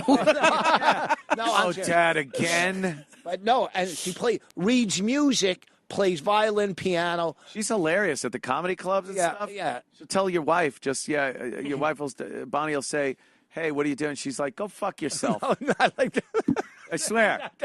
No, she'll say, go fuck yourself. No, my kid won't say that. She says, go F yourself. No. She's. I've heard some comics that are like, oh, that kid's fucking dangerous. They're scared of her. They're scared of her. She goes to coding camp in Princeton. So our kid, definitely. Yeah, but doesn't take after me. Well, maybe got like that movie Twins. One person gets all and the other person just the waste product. Yeah. I got to get. You're running out of time. There was two things left, but I'll just go with one. Since you brought up Trump, did you see that last cabinet meeting of the year? The video? I didn't see that one. Okay, so first of all, CNN has this whole thing about pointing out that he likes loyalty. And every anchor and every pundit always saying, loyalty, he likes loyalty. It's like, all right, enough of the fucking loyalty. But he starts off the cabinet meeting with the press there and makes somebody lead in an awkward prayer before the thing starts. You've never seen a prayer start these things. No. And then the camera, like Trump's here, and he's got some people here. Pence is across from him off camera. The cameras are behind Pence, so you just see the back of his head, right? And then the whole table. So he says, okay, Pence, now he's going to do sort of like a verbal report card for how the administration did this year. And as he starts, Trump goes, everyone else is just sitting there all professional. Trump leans back like this. Right? And he's just sitting there unimpressed. And the way Pence is reading everything off is almost like the "we were wrong" Rupert speech. And you were right. And you were right. Look for the video and just keep that in mind, because Trump's all the accolades. Goes, thanks to you, Mr. President. We're so grateful for you, Mr. President. The administration has done this, and thanks to your leadership, Mr. President. He's just sitting there like this, like. Thank you, Donald Trump. This is old hat. Given all of our lives. Yes, it's exactly that that's speech. Awesome. You need to watch that and keep that in mind. Come on, accolades. You know, he's annoyed that he's like that. This is a formality because he wants to go do something else. He's like, okay, give me all my accolades and let's go and do whatever we're going to do. Good for Donald Trump. Good that Rosie O'Donnell's lost her fucking mind. Sometime in the next year, I want to talk to you about a comment you made on Jim and Sam. Oh, is it about you? No, it's actually that you're tired. I want to go into this with you, that you're tired of comic book movies. Oh, yes, okay. And I have a theory behind it, but we'll do that another time. I'll talk to you a little bit about the movies like that. We'll do it next time. Yeah. Definitely. This is your last show for the year, right? Yeah, it is. All right. Merry Christmas. Happy Chanukah. And thanks for having me all week. I had a lot of fun. Rich Voss has been in all week, and it's been great. Love having Rich on. Have you on again very soon after the new year. Erik, always the best. You're fucking. You've been a great guy over the course of the years, and I hope you find something out there. Jesus Christ. It might be happening in January. So I like that. Like I said, it's good you're keeping in touch with a lot of the people. I saw your I'm Scott everywhere. Shannon picture and everything. I did Scott Shannon. Yeah, it was Nagel kid. His last show of the year is Christmas benefit that he does at a children's hospital. I was there. Nice guy. I was doing Jingle Ball for iHeartRadio at Madison Square Garden. It's just a nice. And then I kind of broke into the Todd and Jade studio. Yeah, people saw that picture and were like, what's this? And I had to check out those battle-tested microphones and walk those hollowed hallways where the ghosts of legends walk. And everybody, oh my God, the wonderful staff, of course, John, the lovely Garrett, Allie, Keith, look at Keith. We're gonna close this out with Matt Eisman sent the video of the Hallmark Channel with all the O&A, we'll say A&A references. It was his. He got fired from the Hallmark Channel, so his last show, apparently he did a lot of O&A type references. Yeah. So we're gonna play that now if you want to just listen to it as it goes out. Let's do that, and then. But we'll bid you all a fond farewell. Happy New Year. Have a great rest of your year and New Year. Merry Christmas, Happy Hanukkah, and that's all I acknowledge. And all I got is Patreon.com/ No. Oh, Rick, tell people where you're going to be. It doesn't matter. Go to my website. Happy New Year. Thank you, everybody.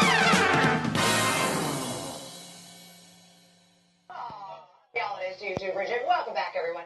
So here to show us how to turn our regular old car into a blinged out Christmas holiday mobile is the most blinged out man I know, Matt. I know. I was about to say this is my idea, but I had some help on the D-Lo. This came from my neighborhood growing up. And it was this crazy guy who lived in his house. We called it the compound. We never saw him except around the Christmas time. We called him Crazy Uncle Anthony. And he would always come out in his car with his car completely tricked out. And he's too old to drive, so like his granddaughter does it. But I love the idea of going around and caroling, and this guy would go around, he tries to sing like Neil Diamond. There might have been some holiday spirits involved with Anthony.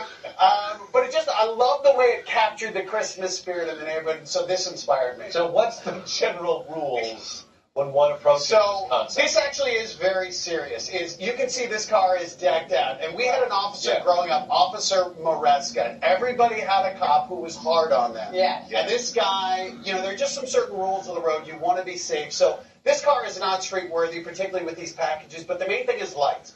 Do not have flashing lights. Don't have red lights in front that signals an emergency vehicle. Okay. Don't have white lights in back. Otherwise, you're going to end up in hot water. You want to do this in a safe space. So this is the kind of thing you do just in your cul-de-sac, in your neighborhood, if you really go all in. But check with your local law enforcement. You actually call them, because they're in the festive spirit. Right. Even Officer Maresca would crack a smile every now and again when he wasn't putting you in handcuffs. This might be on the Christmas light tour. Right. Okay, so this really is like a wonderland. Where do we even begin? It is. So let's start with the wheels. All this is simple cardstock here, and then we just put a little red sticker here to give it that pinwheel effect. And you can see, if you come in close, you just punctured holes, and I just use zip ties to attach it to the spokes. So this is actually this is really on lockdown. This is good. Okay. Next up, the candy cane. So all this is magnetic. You can get the magnetic paper, stick 'em, if you will, in a roll. And then again, just red tape to give it the peppermint effect. We just cut it out here to silhouette the wheel. It's coming up because my magnetic personality is pulling it away. Oh, nice.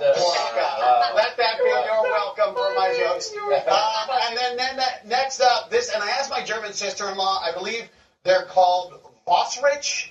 I always spell when I say that. But it's elves. It's little elves. And if you go on the website, I have this up here. You can download them. We just printed this out on label paper. And you can stick them on, stick them upside down. Would this allow you to travel in the carpool lane then?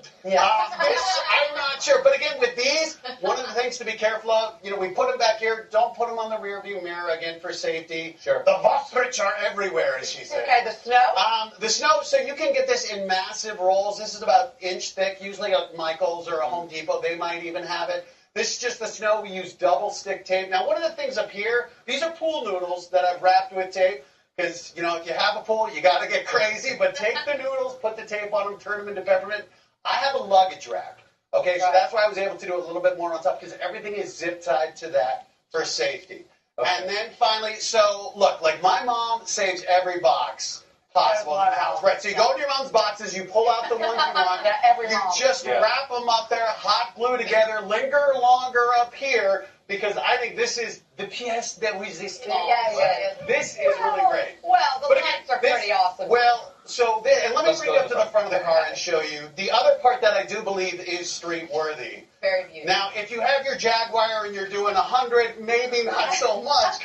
But for a car, this is something that's zip tied, and some of those ride service cars would have the mustaches. So this is just a battery-powered wreath right here. It's zip tied on very securely. So this is nice. But as for these lights, you can see I used a little Scotch tape, and then you can see what I did. We've got some footage here of me putting it on. So all these are little suction cup hooks, and I've suctioned them on there, and then you run the wire over. Now, here's what's really important. Use a zip tie. Again, you want to secure these lights on, even if you're driving slow, just for safety's sake. The zip ties, you can cut them off, make them virtually invisible. Now, here I am getting inside the car, and that's a converter. So if you just have a cigarette lighter, it'll convert the lighter, the 12 volt, into 110, plug it in, and then all of a sudden you've got power, and as they say, let there be light. Well, what I like about this is you say this is something you can drive just around your neighborhood. Yeah, right. You're not exceeding. No. And, I mean, like, this is double stick. This is really just for fun in the neighborhood. You go around your compound. Go own house, go caroling. Right.